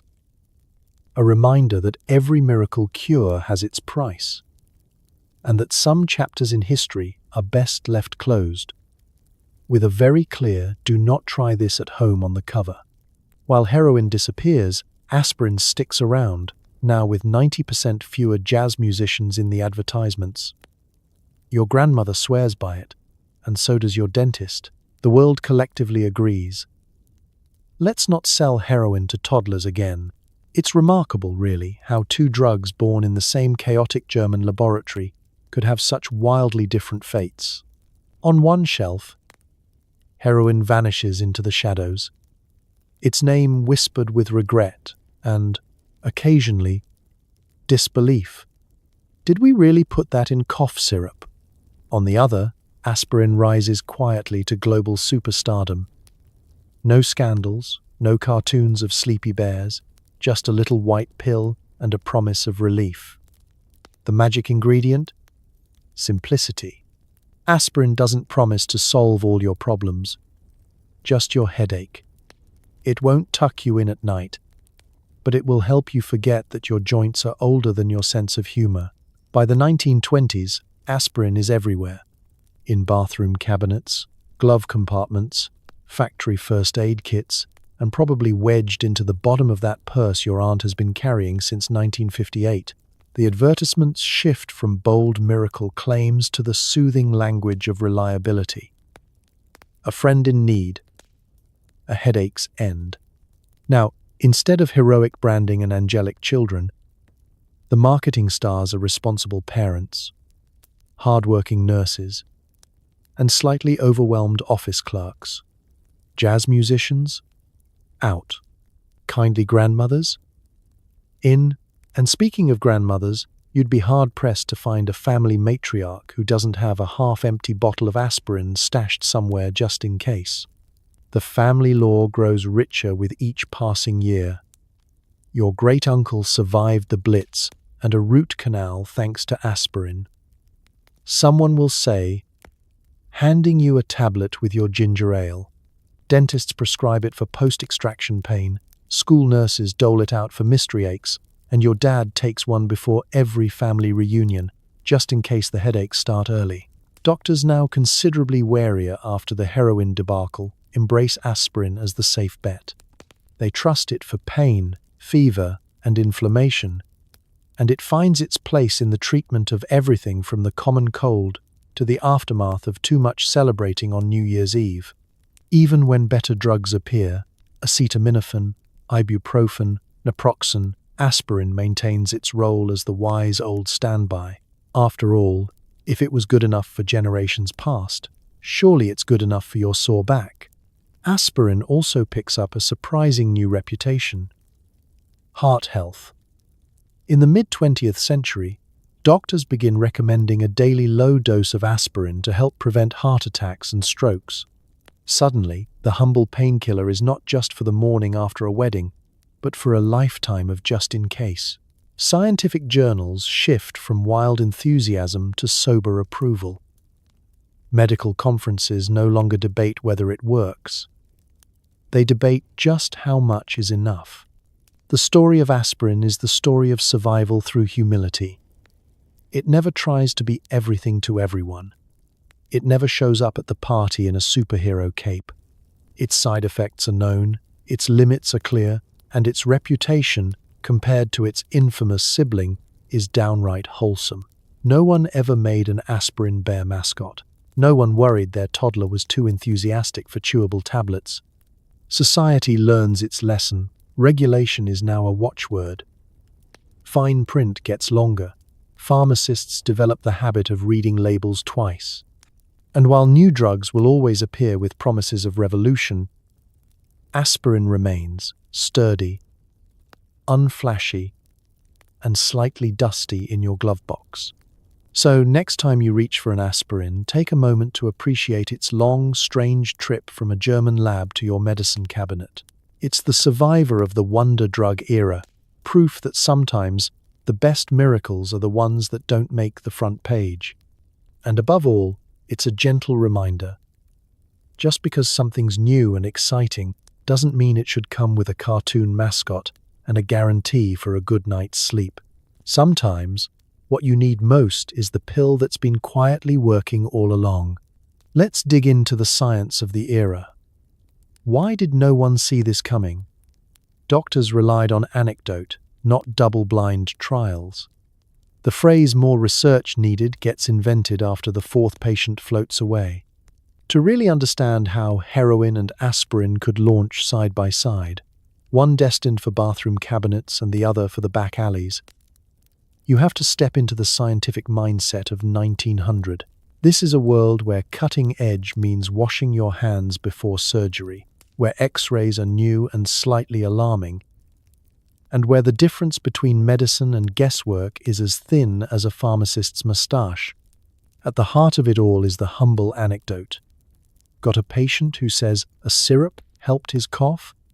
That's good enough to publish. If 3 of his friends say the same thing, congratulations, you've just done a study. Medical journals are filled with breathless reports. I gave this to my cousin's neighbor's wife, and she was right as rain within the hour. There's no placebo control, no randomization, and definitely no spreadsheets. The scientific process is less about skepticism and more about swapping stories at the club over a sherry. Doctors are revered as experts, but their toolkit is a patchwork quilt of trial, error, and a dash of superstition. Their clinical experience is more like a collection of the most memorable cases. Aunt Edith survived her fever, and she took the purple syrup, so it must work. And if something goes wrong, well, maybe you just needed a bigger dose. Science is moving quickly, but the safety net is still missing some very important strings. Pharmaceutical companies like Bayer are eager to help. They mail out samples to doctors everywhere, hoping for a few glowing testimonials in return. Most new remedies are embraced with an optimism that borders on reckless. Heroin is declared non-addictive based on a handful of short-term observations. Aspirin is praised for its pain, relieving powers with little thought for stomach ulcers or long-term side effects. No one is looking for hidden risks. Everyone's too busy celebrating the latest medical miracle. And yet, you can almost feel the unease bubbling under the surface. Some doctors quietly wonder if it's really so wise to put heroin in the hands of tired parents. A few notice their patients are a little too enthusiastic about their refills. But in a world without centralized data or standardized reporting, these voices are drowned out by the chorus of satisfied customers. If something seems off, the problem must be with the patient, not the medicine. When things do go wrong, it's hard to pin down why. A child gets sleepy after a dose of cough syrup? Must be the cold working its way out? An adult has trouble quitting their nerve tonic? Maybe they were just prone to bad habits. Without rigorous trials or long-term follow-up, the dots simply don't connect. By the time warning signs appear in one town, the medicine is already being hailed as a wonder in the next. Even as the 20th century dawns, the notion of evidence-based medicine is in its infancy. The idea of subjecting a drug to rigorous, blinded, placebo-controlled testing is considered excessive. If it works for your neighbor, it'll probably work for you. The only real peer review is the gossip mill, and the only watchdog is your own sense of caution. It's only later, after the damage is done and the lawsuits start flying, that scientists begin to look back and say, maybe we should have checked. The first murmurs of real skepticism emerge. The phrase "more research needed" becomes a staple in every journal. And slowly, medicine inches toward a more careful, less enthusiastic relationship with new drugs. So the next time you read about a miracle cure, remember, the world has learned a thing or two since the days of syrup, speculation, and science by anecdote. But the lesson still stands: trust, but verify. And never let the fourth patient float away before asking for a proper clinical trial. Bayer eventually looks back at its product catalogue and wonders if maybe, just maybe, they went a bit too far. The annual shareholder meeting is awkward. Everyone coughs politely, but not too much. Let's pull up a velvet chair at Bayer's headquarters for the world's most uncomfortable corporate debrief. Imagine the scene. Oak-paneled walls, paintings of serious men in serious hats, and a very large boardroom table that's seen more than its share of wild ideas. The air is thick with anticipation and a faint hint of residual ammonia. Someone is nervously straightening the latest sales charts. The Heroin bear mascot stares blankly from an old promotional poster in the corner, silently judging everyone in the room. On the agenda, a quick review of recent product lines. Aspirin? Excellent. Still flying off shelves, grandmothers everywhere approve, and the worst side effect is the odd stomachache or the need for a glass of milk. Heroin? Not so much. The numbers look like a roller coaster that crashed through the gift shop and into a government investigation. Sales are down, regulators are angry.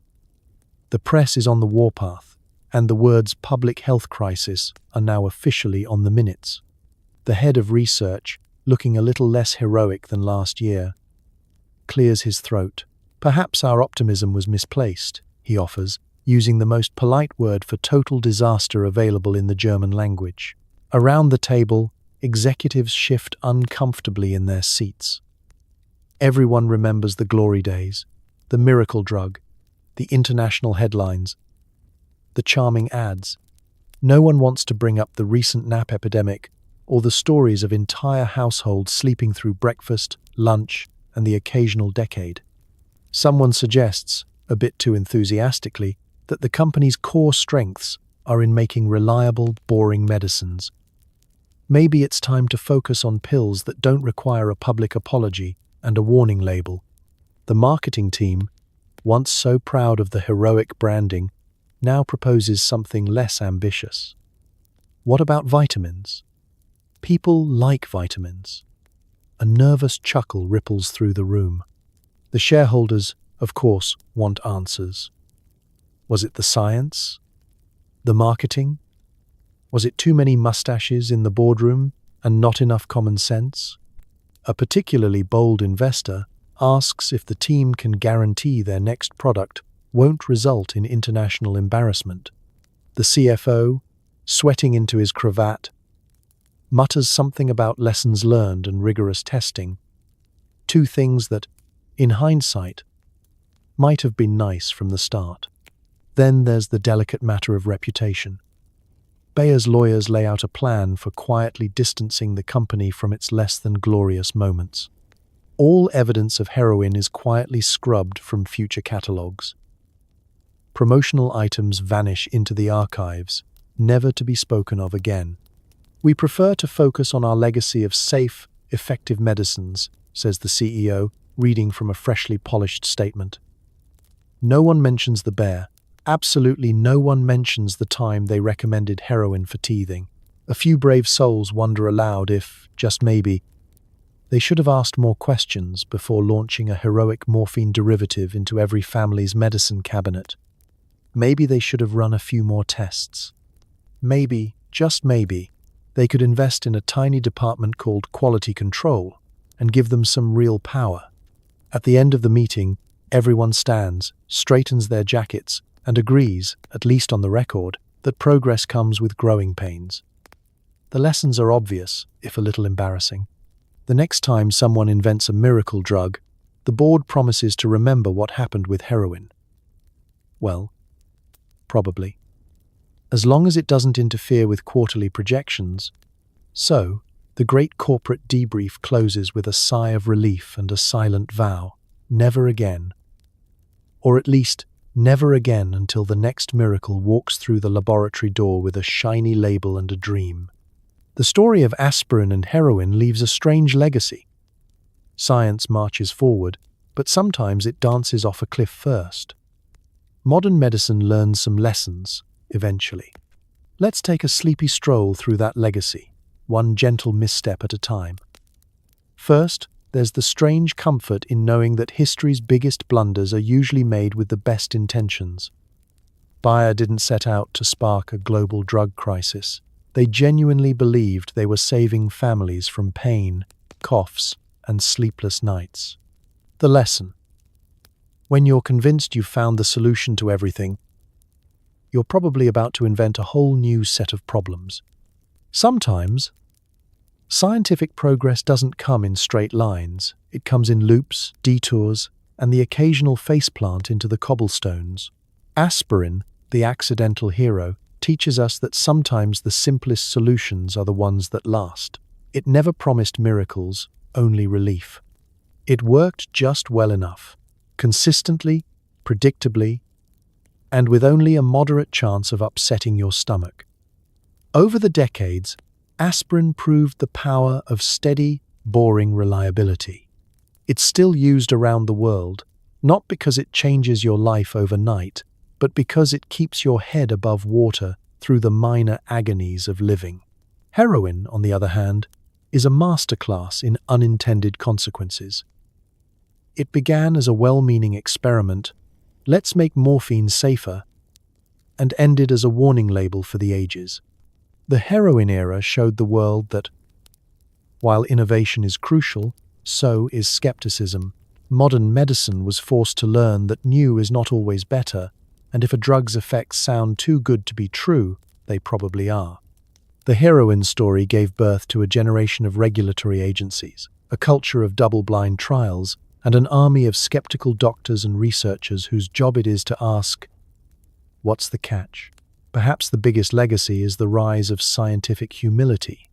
After the great Her0in adventure, nobody, at least nobody reputable, releases a new drug without subjecting it to years of painstaking testing and review.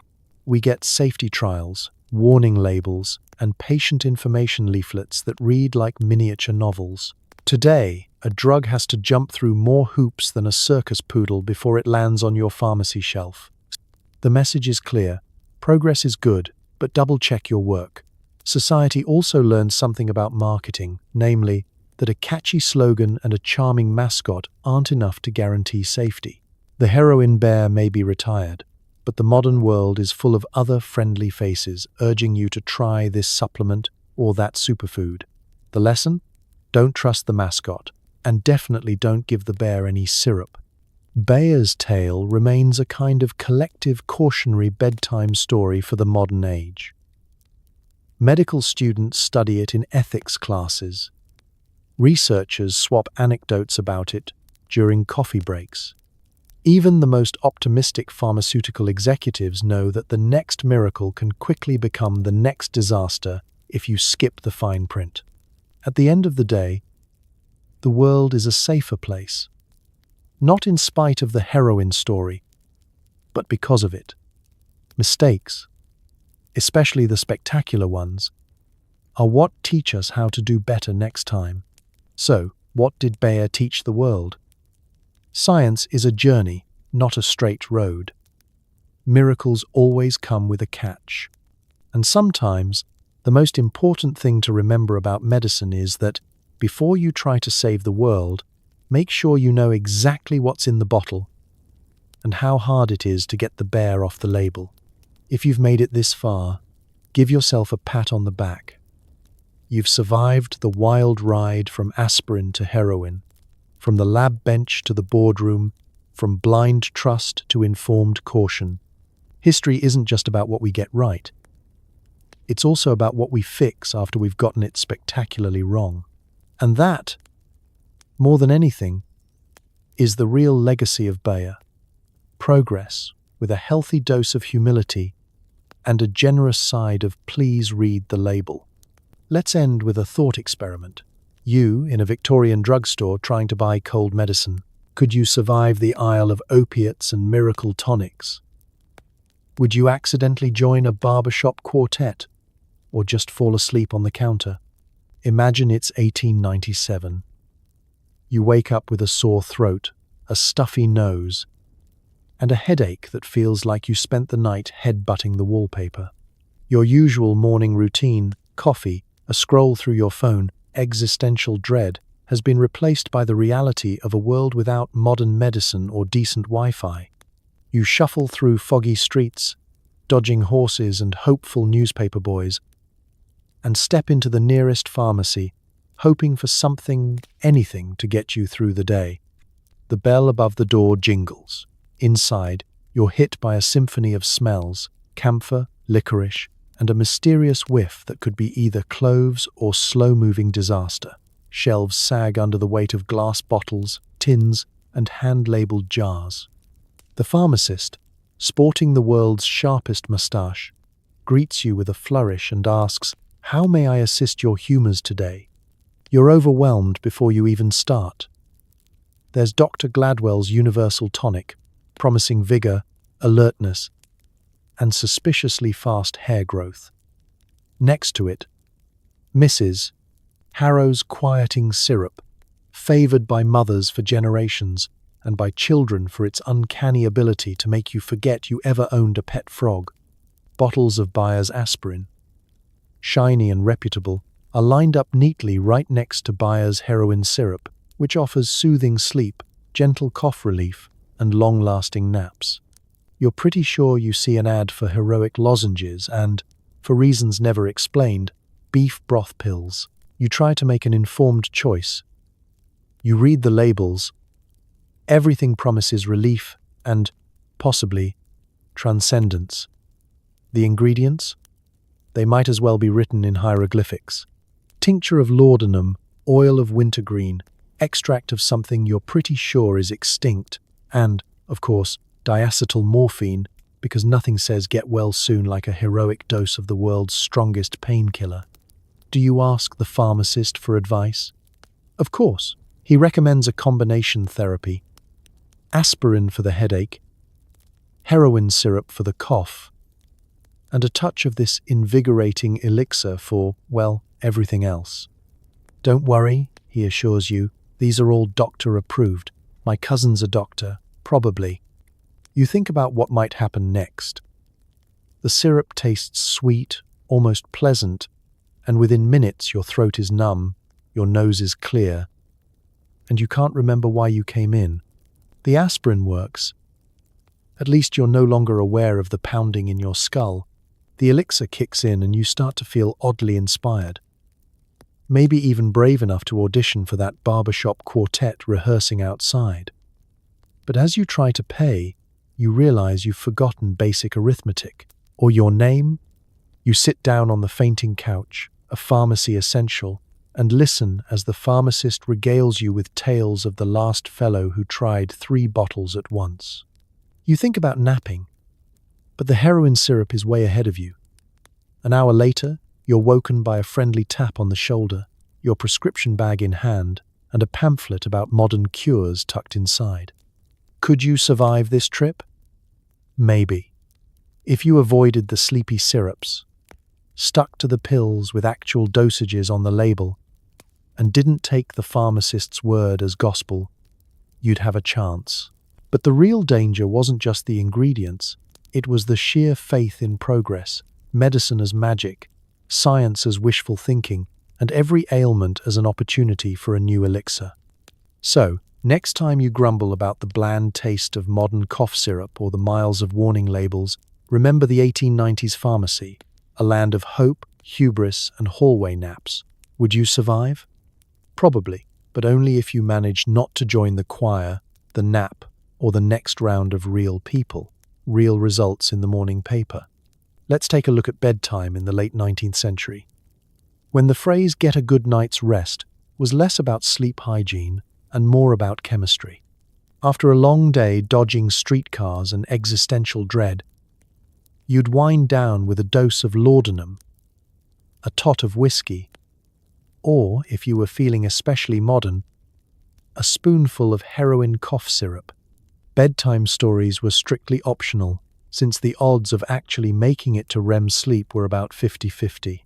Imagine climbing into a creaky bed, surrounded by the comforting scents of lavender and questionable personal hygiene. There's no white noise machine, no blackout curtains, and absolutely no weighted blanket. What you do have is a medicine cabinet brimming with substances that would make your modern pharmacist faint. In Victorian England, the secret to a good night's rest isn't relaxation, it's sedation. Let's start with the classics. There's laudanum, the old faithful of the Victorian medicine chest. This tincture of opium dissolved in alcohol is as common as chamomile tea and at least 5 times as effective if your definition of effective is puts you out cold. Every respectable mother keeps a bottle on hand for sleepless nights, troublesome babies, or husbands who insist on talking about railways at bedtime. Instructions are vague. Take as needed. Stop when you start seeing angels. And then, of course, there's whiskey. Not just for the gentleman. A dram at bedtime is the great equalizer, strong enough to make you forget about the neighbor's bagpipes and just weak enough to make you think you're handling life's problems with dignity. Parents sometimes mix it with milk for the kids, and if that doesn't do the trick, there's always a more modern solution just down the pharmacy aisle.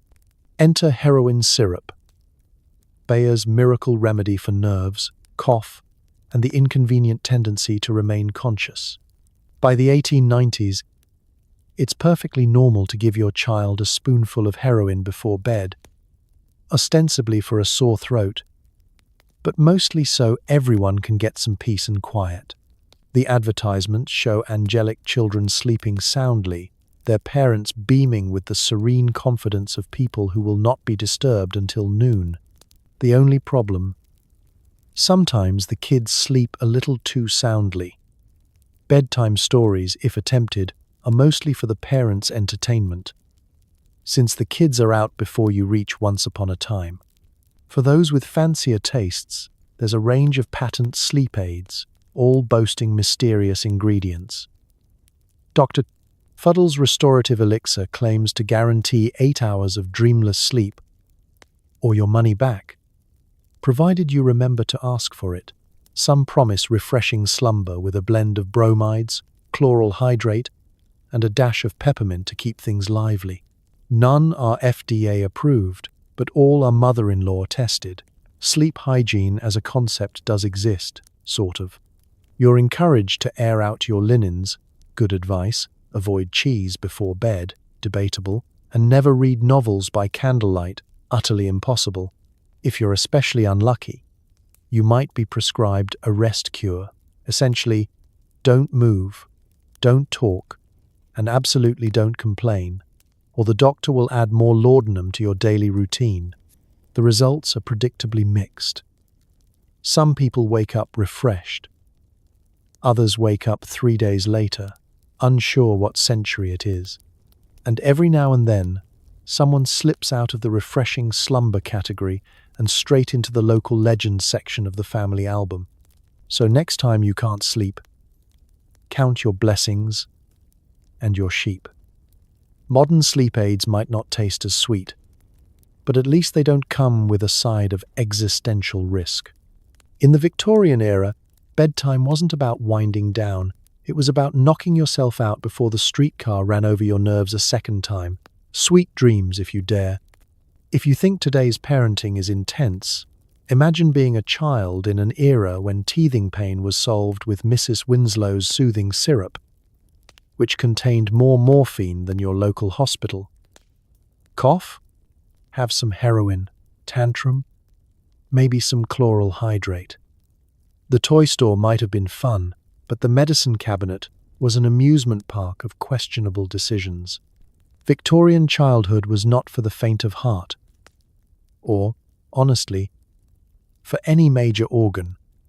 Picture yourself at age 4, with a runny nose, swollen gums, and a mother determined to keep you quiet. She opens the cupboard, bypassing the homemade remedies in favor of something modern. Bottles, vials, and tins, with names that sound like circus acts. There's soothing syrup for teething, children's cordial for tummy aches, and the ever-popular infant quietness drops. If it came in a fancy bottle, it was practically guaranteed to knock you out, or at least stop you from asking for another bedtime story. The ingredients were straight out of a medical fever dream. Morphine, heroin, laudanum, opium, bromides, and chloral hydrate were all mainstays in the Victorian family toolkit. In fact, some syrups were so potent they could double as sleep aids for a small bear. If you made it through teething without becoming a local legend, you'd still have to survive the feverish winter colds, for which Bayer's Her0in syrup was handed out like Halloween candy. Just a teaspoon, darling. Doctor says it'll help you sleep. And it did. Sometimes until spring. Let's not forget discipline. Before timeouts and gentle parenting, there was medicinal quiet. Throw a tantrum, refuse your turnip porridge, or simply become inconvenient. And out came the bottle of chloral hydrate, or a little extra laudanum in your bedtime milk. Victorian parents didn't mess around. Instead of asking, "Is my child acting out because he's tired?" they just removed tired from the equation entirely.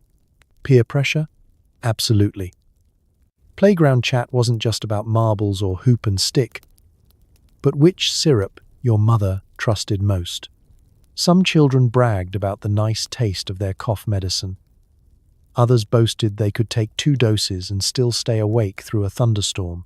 There was always one kid who claimed to prefer the bitter stuff, and everyone knew he'd be the first to try chewing tobacco next. Doctors, meanwhile, were only too happy to hand out samples. "Ah, the child is fussy? Here, try this." If your family physician had especially good handwriting, you'd get a bottle with a gold label. If he had bad handwriting, well, it all worked about the same, since nobody read the directions anyway. Medical journals of the day published letters from grateful mothers. Little Edith's night terrors are gone.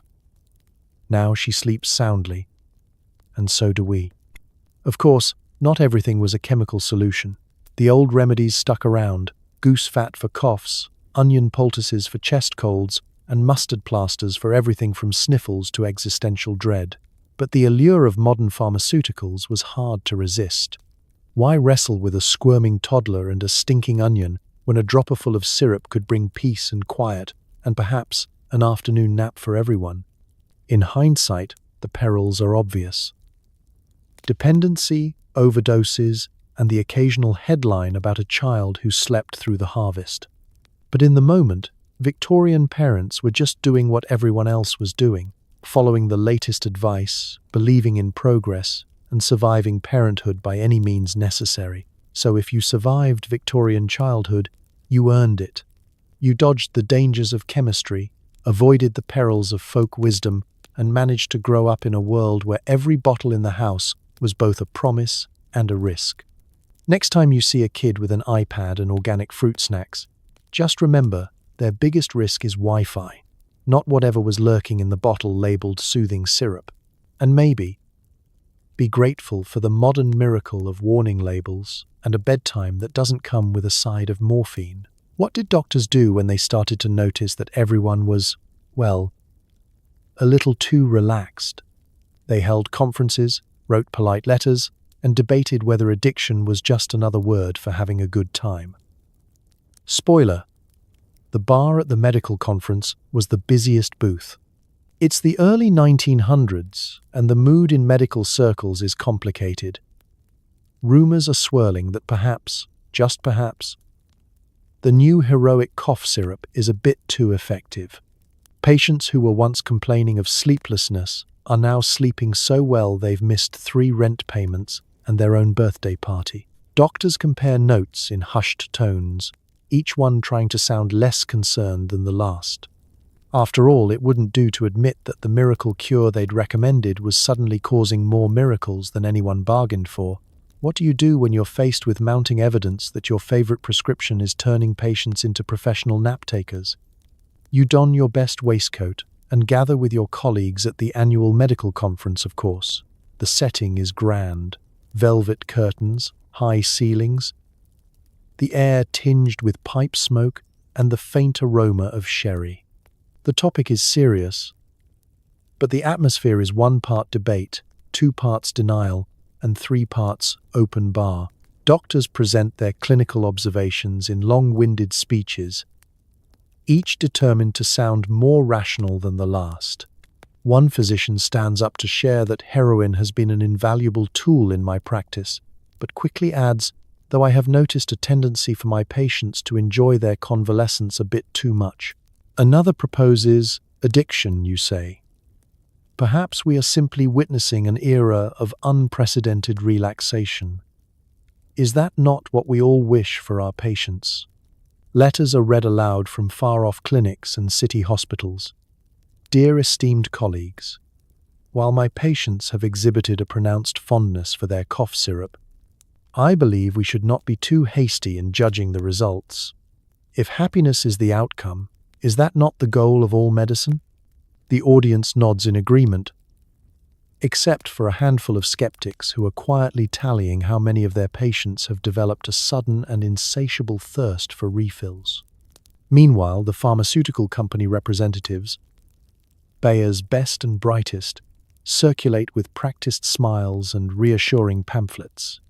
They explain, in soothing tones, that no conclusive evidence of addiction has been found, and point out that the word addictive is much less scientific than therapeutically habit-forming. Semantics is a powerful painkiller. The panel discussions grow heated as the evening wears on. One camp argues that heroin is a modern marvel, only dangerous when misused by the careless or uneducated. Another group, noticeably less popular, dares to suggest that maybe, just maybe, this is all moving a little too fast. Shouldn't we slow down and conduct a few more studies? They propose. The suggestion is met with polite applause, followed by a stampede toward the complimentary sherry. The bar becomes the real forum for confession. Away from the lecture halls, doctors exchange stories over drinks. My patients love the stuff, but I've started watering it down. Did you notice Mrs. Fenwick's son is still asleep? Between us, I've gone back to prescribing peppermint for coughs. It's a support group in the making, but no one is quite ready to admit it. When the conference closes, the official minutes are as vague as ever. Further research is recommended, with due attention to patient experience. Translation: we'll keep an eye on it, but not too closely. For now, let's all agree that medicine is complicated. Addiction is just an enthusiastic side effect. And the best cure for professional embarrassment is a round at the bar. So ends another meeting, full of polite denial, cautious optimism, and the secret hope that next year the miracle cure won't require quite so much creative explanation. So tonight, as you settle under your perfectly legal, non-addictive, probably not prescription blanket, let's take a gentle moment to reflect on what we just wandered through. You survived the wildest era in medicine, A time when a headache meant aspirin, a cough meant heroin, and the only real pharmacy warning was don't operate horse-drawn carriages while under the influence. People back then braved pain, illness, and the unregulated enthusiasm of corporate chemists, armed with nothing but blind optimism, strong livers, and advertisements promising heroic relief. Think about those 1890s nights, drifting off to sleep with a hot water bottle in one hand and a syrup bottle in the other, trusting that the label meant what it said and that tomorrow would arrive with a little less pain and hopefully all your teeth. Remember the mothers soothing their children with a spoonful of something soothing. Doctors scribbling out prescriptions with a mix of hope and denial. And everyday people trying their best to make it through another day, headache-free and, if possible, upright. History is sometimes tragic, often hilarious, and always ridiculous. Yet every one of those mistakes, the miracle drugs, the late-night regrets, the epic corporate blunders, helped build the world you're lucky enough to live in. A world where the worst thing in your medicine cabinet is expired cough syrup, and you're more likely to get side-eyed for taking melatonin than for buying something labeled heroin at the corner store. So as you tuck in tonight, breathing in the sweet, regulation-approved air of modern life, maybe whisper a quiet thanks to those brave souls who trusted the label, believed the hype, and taught us, sometimes the hard way, that science is best served with a dash of skepticism and a good night's sleep. Because history may be absurd, but it's proof that people are stubborn, hopeful, and occasionally just a little bit heroic. Good night, sleep well, and may your dreams be just weird enough to keep things interesting.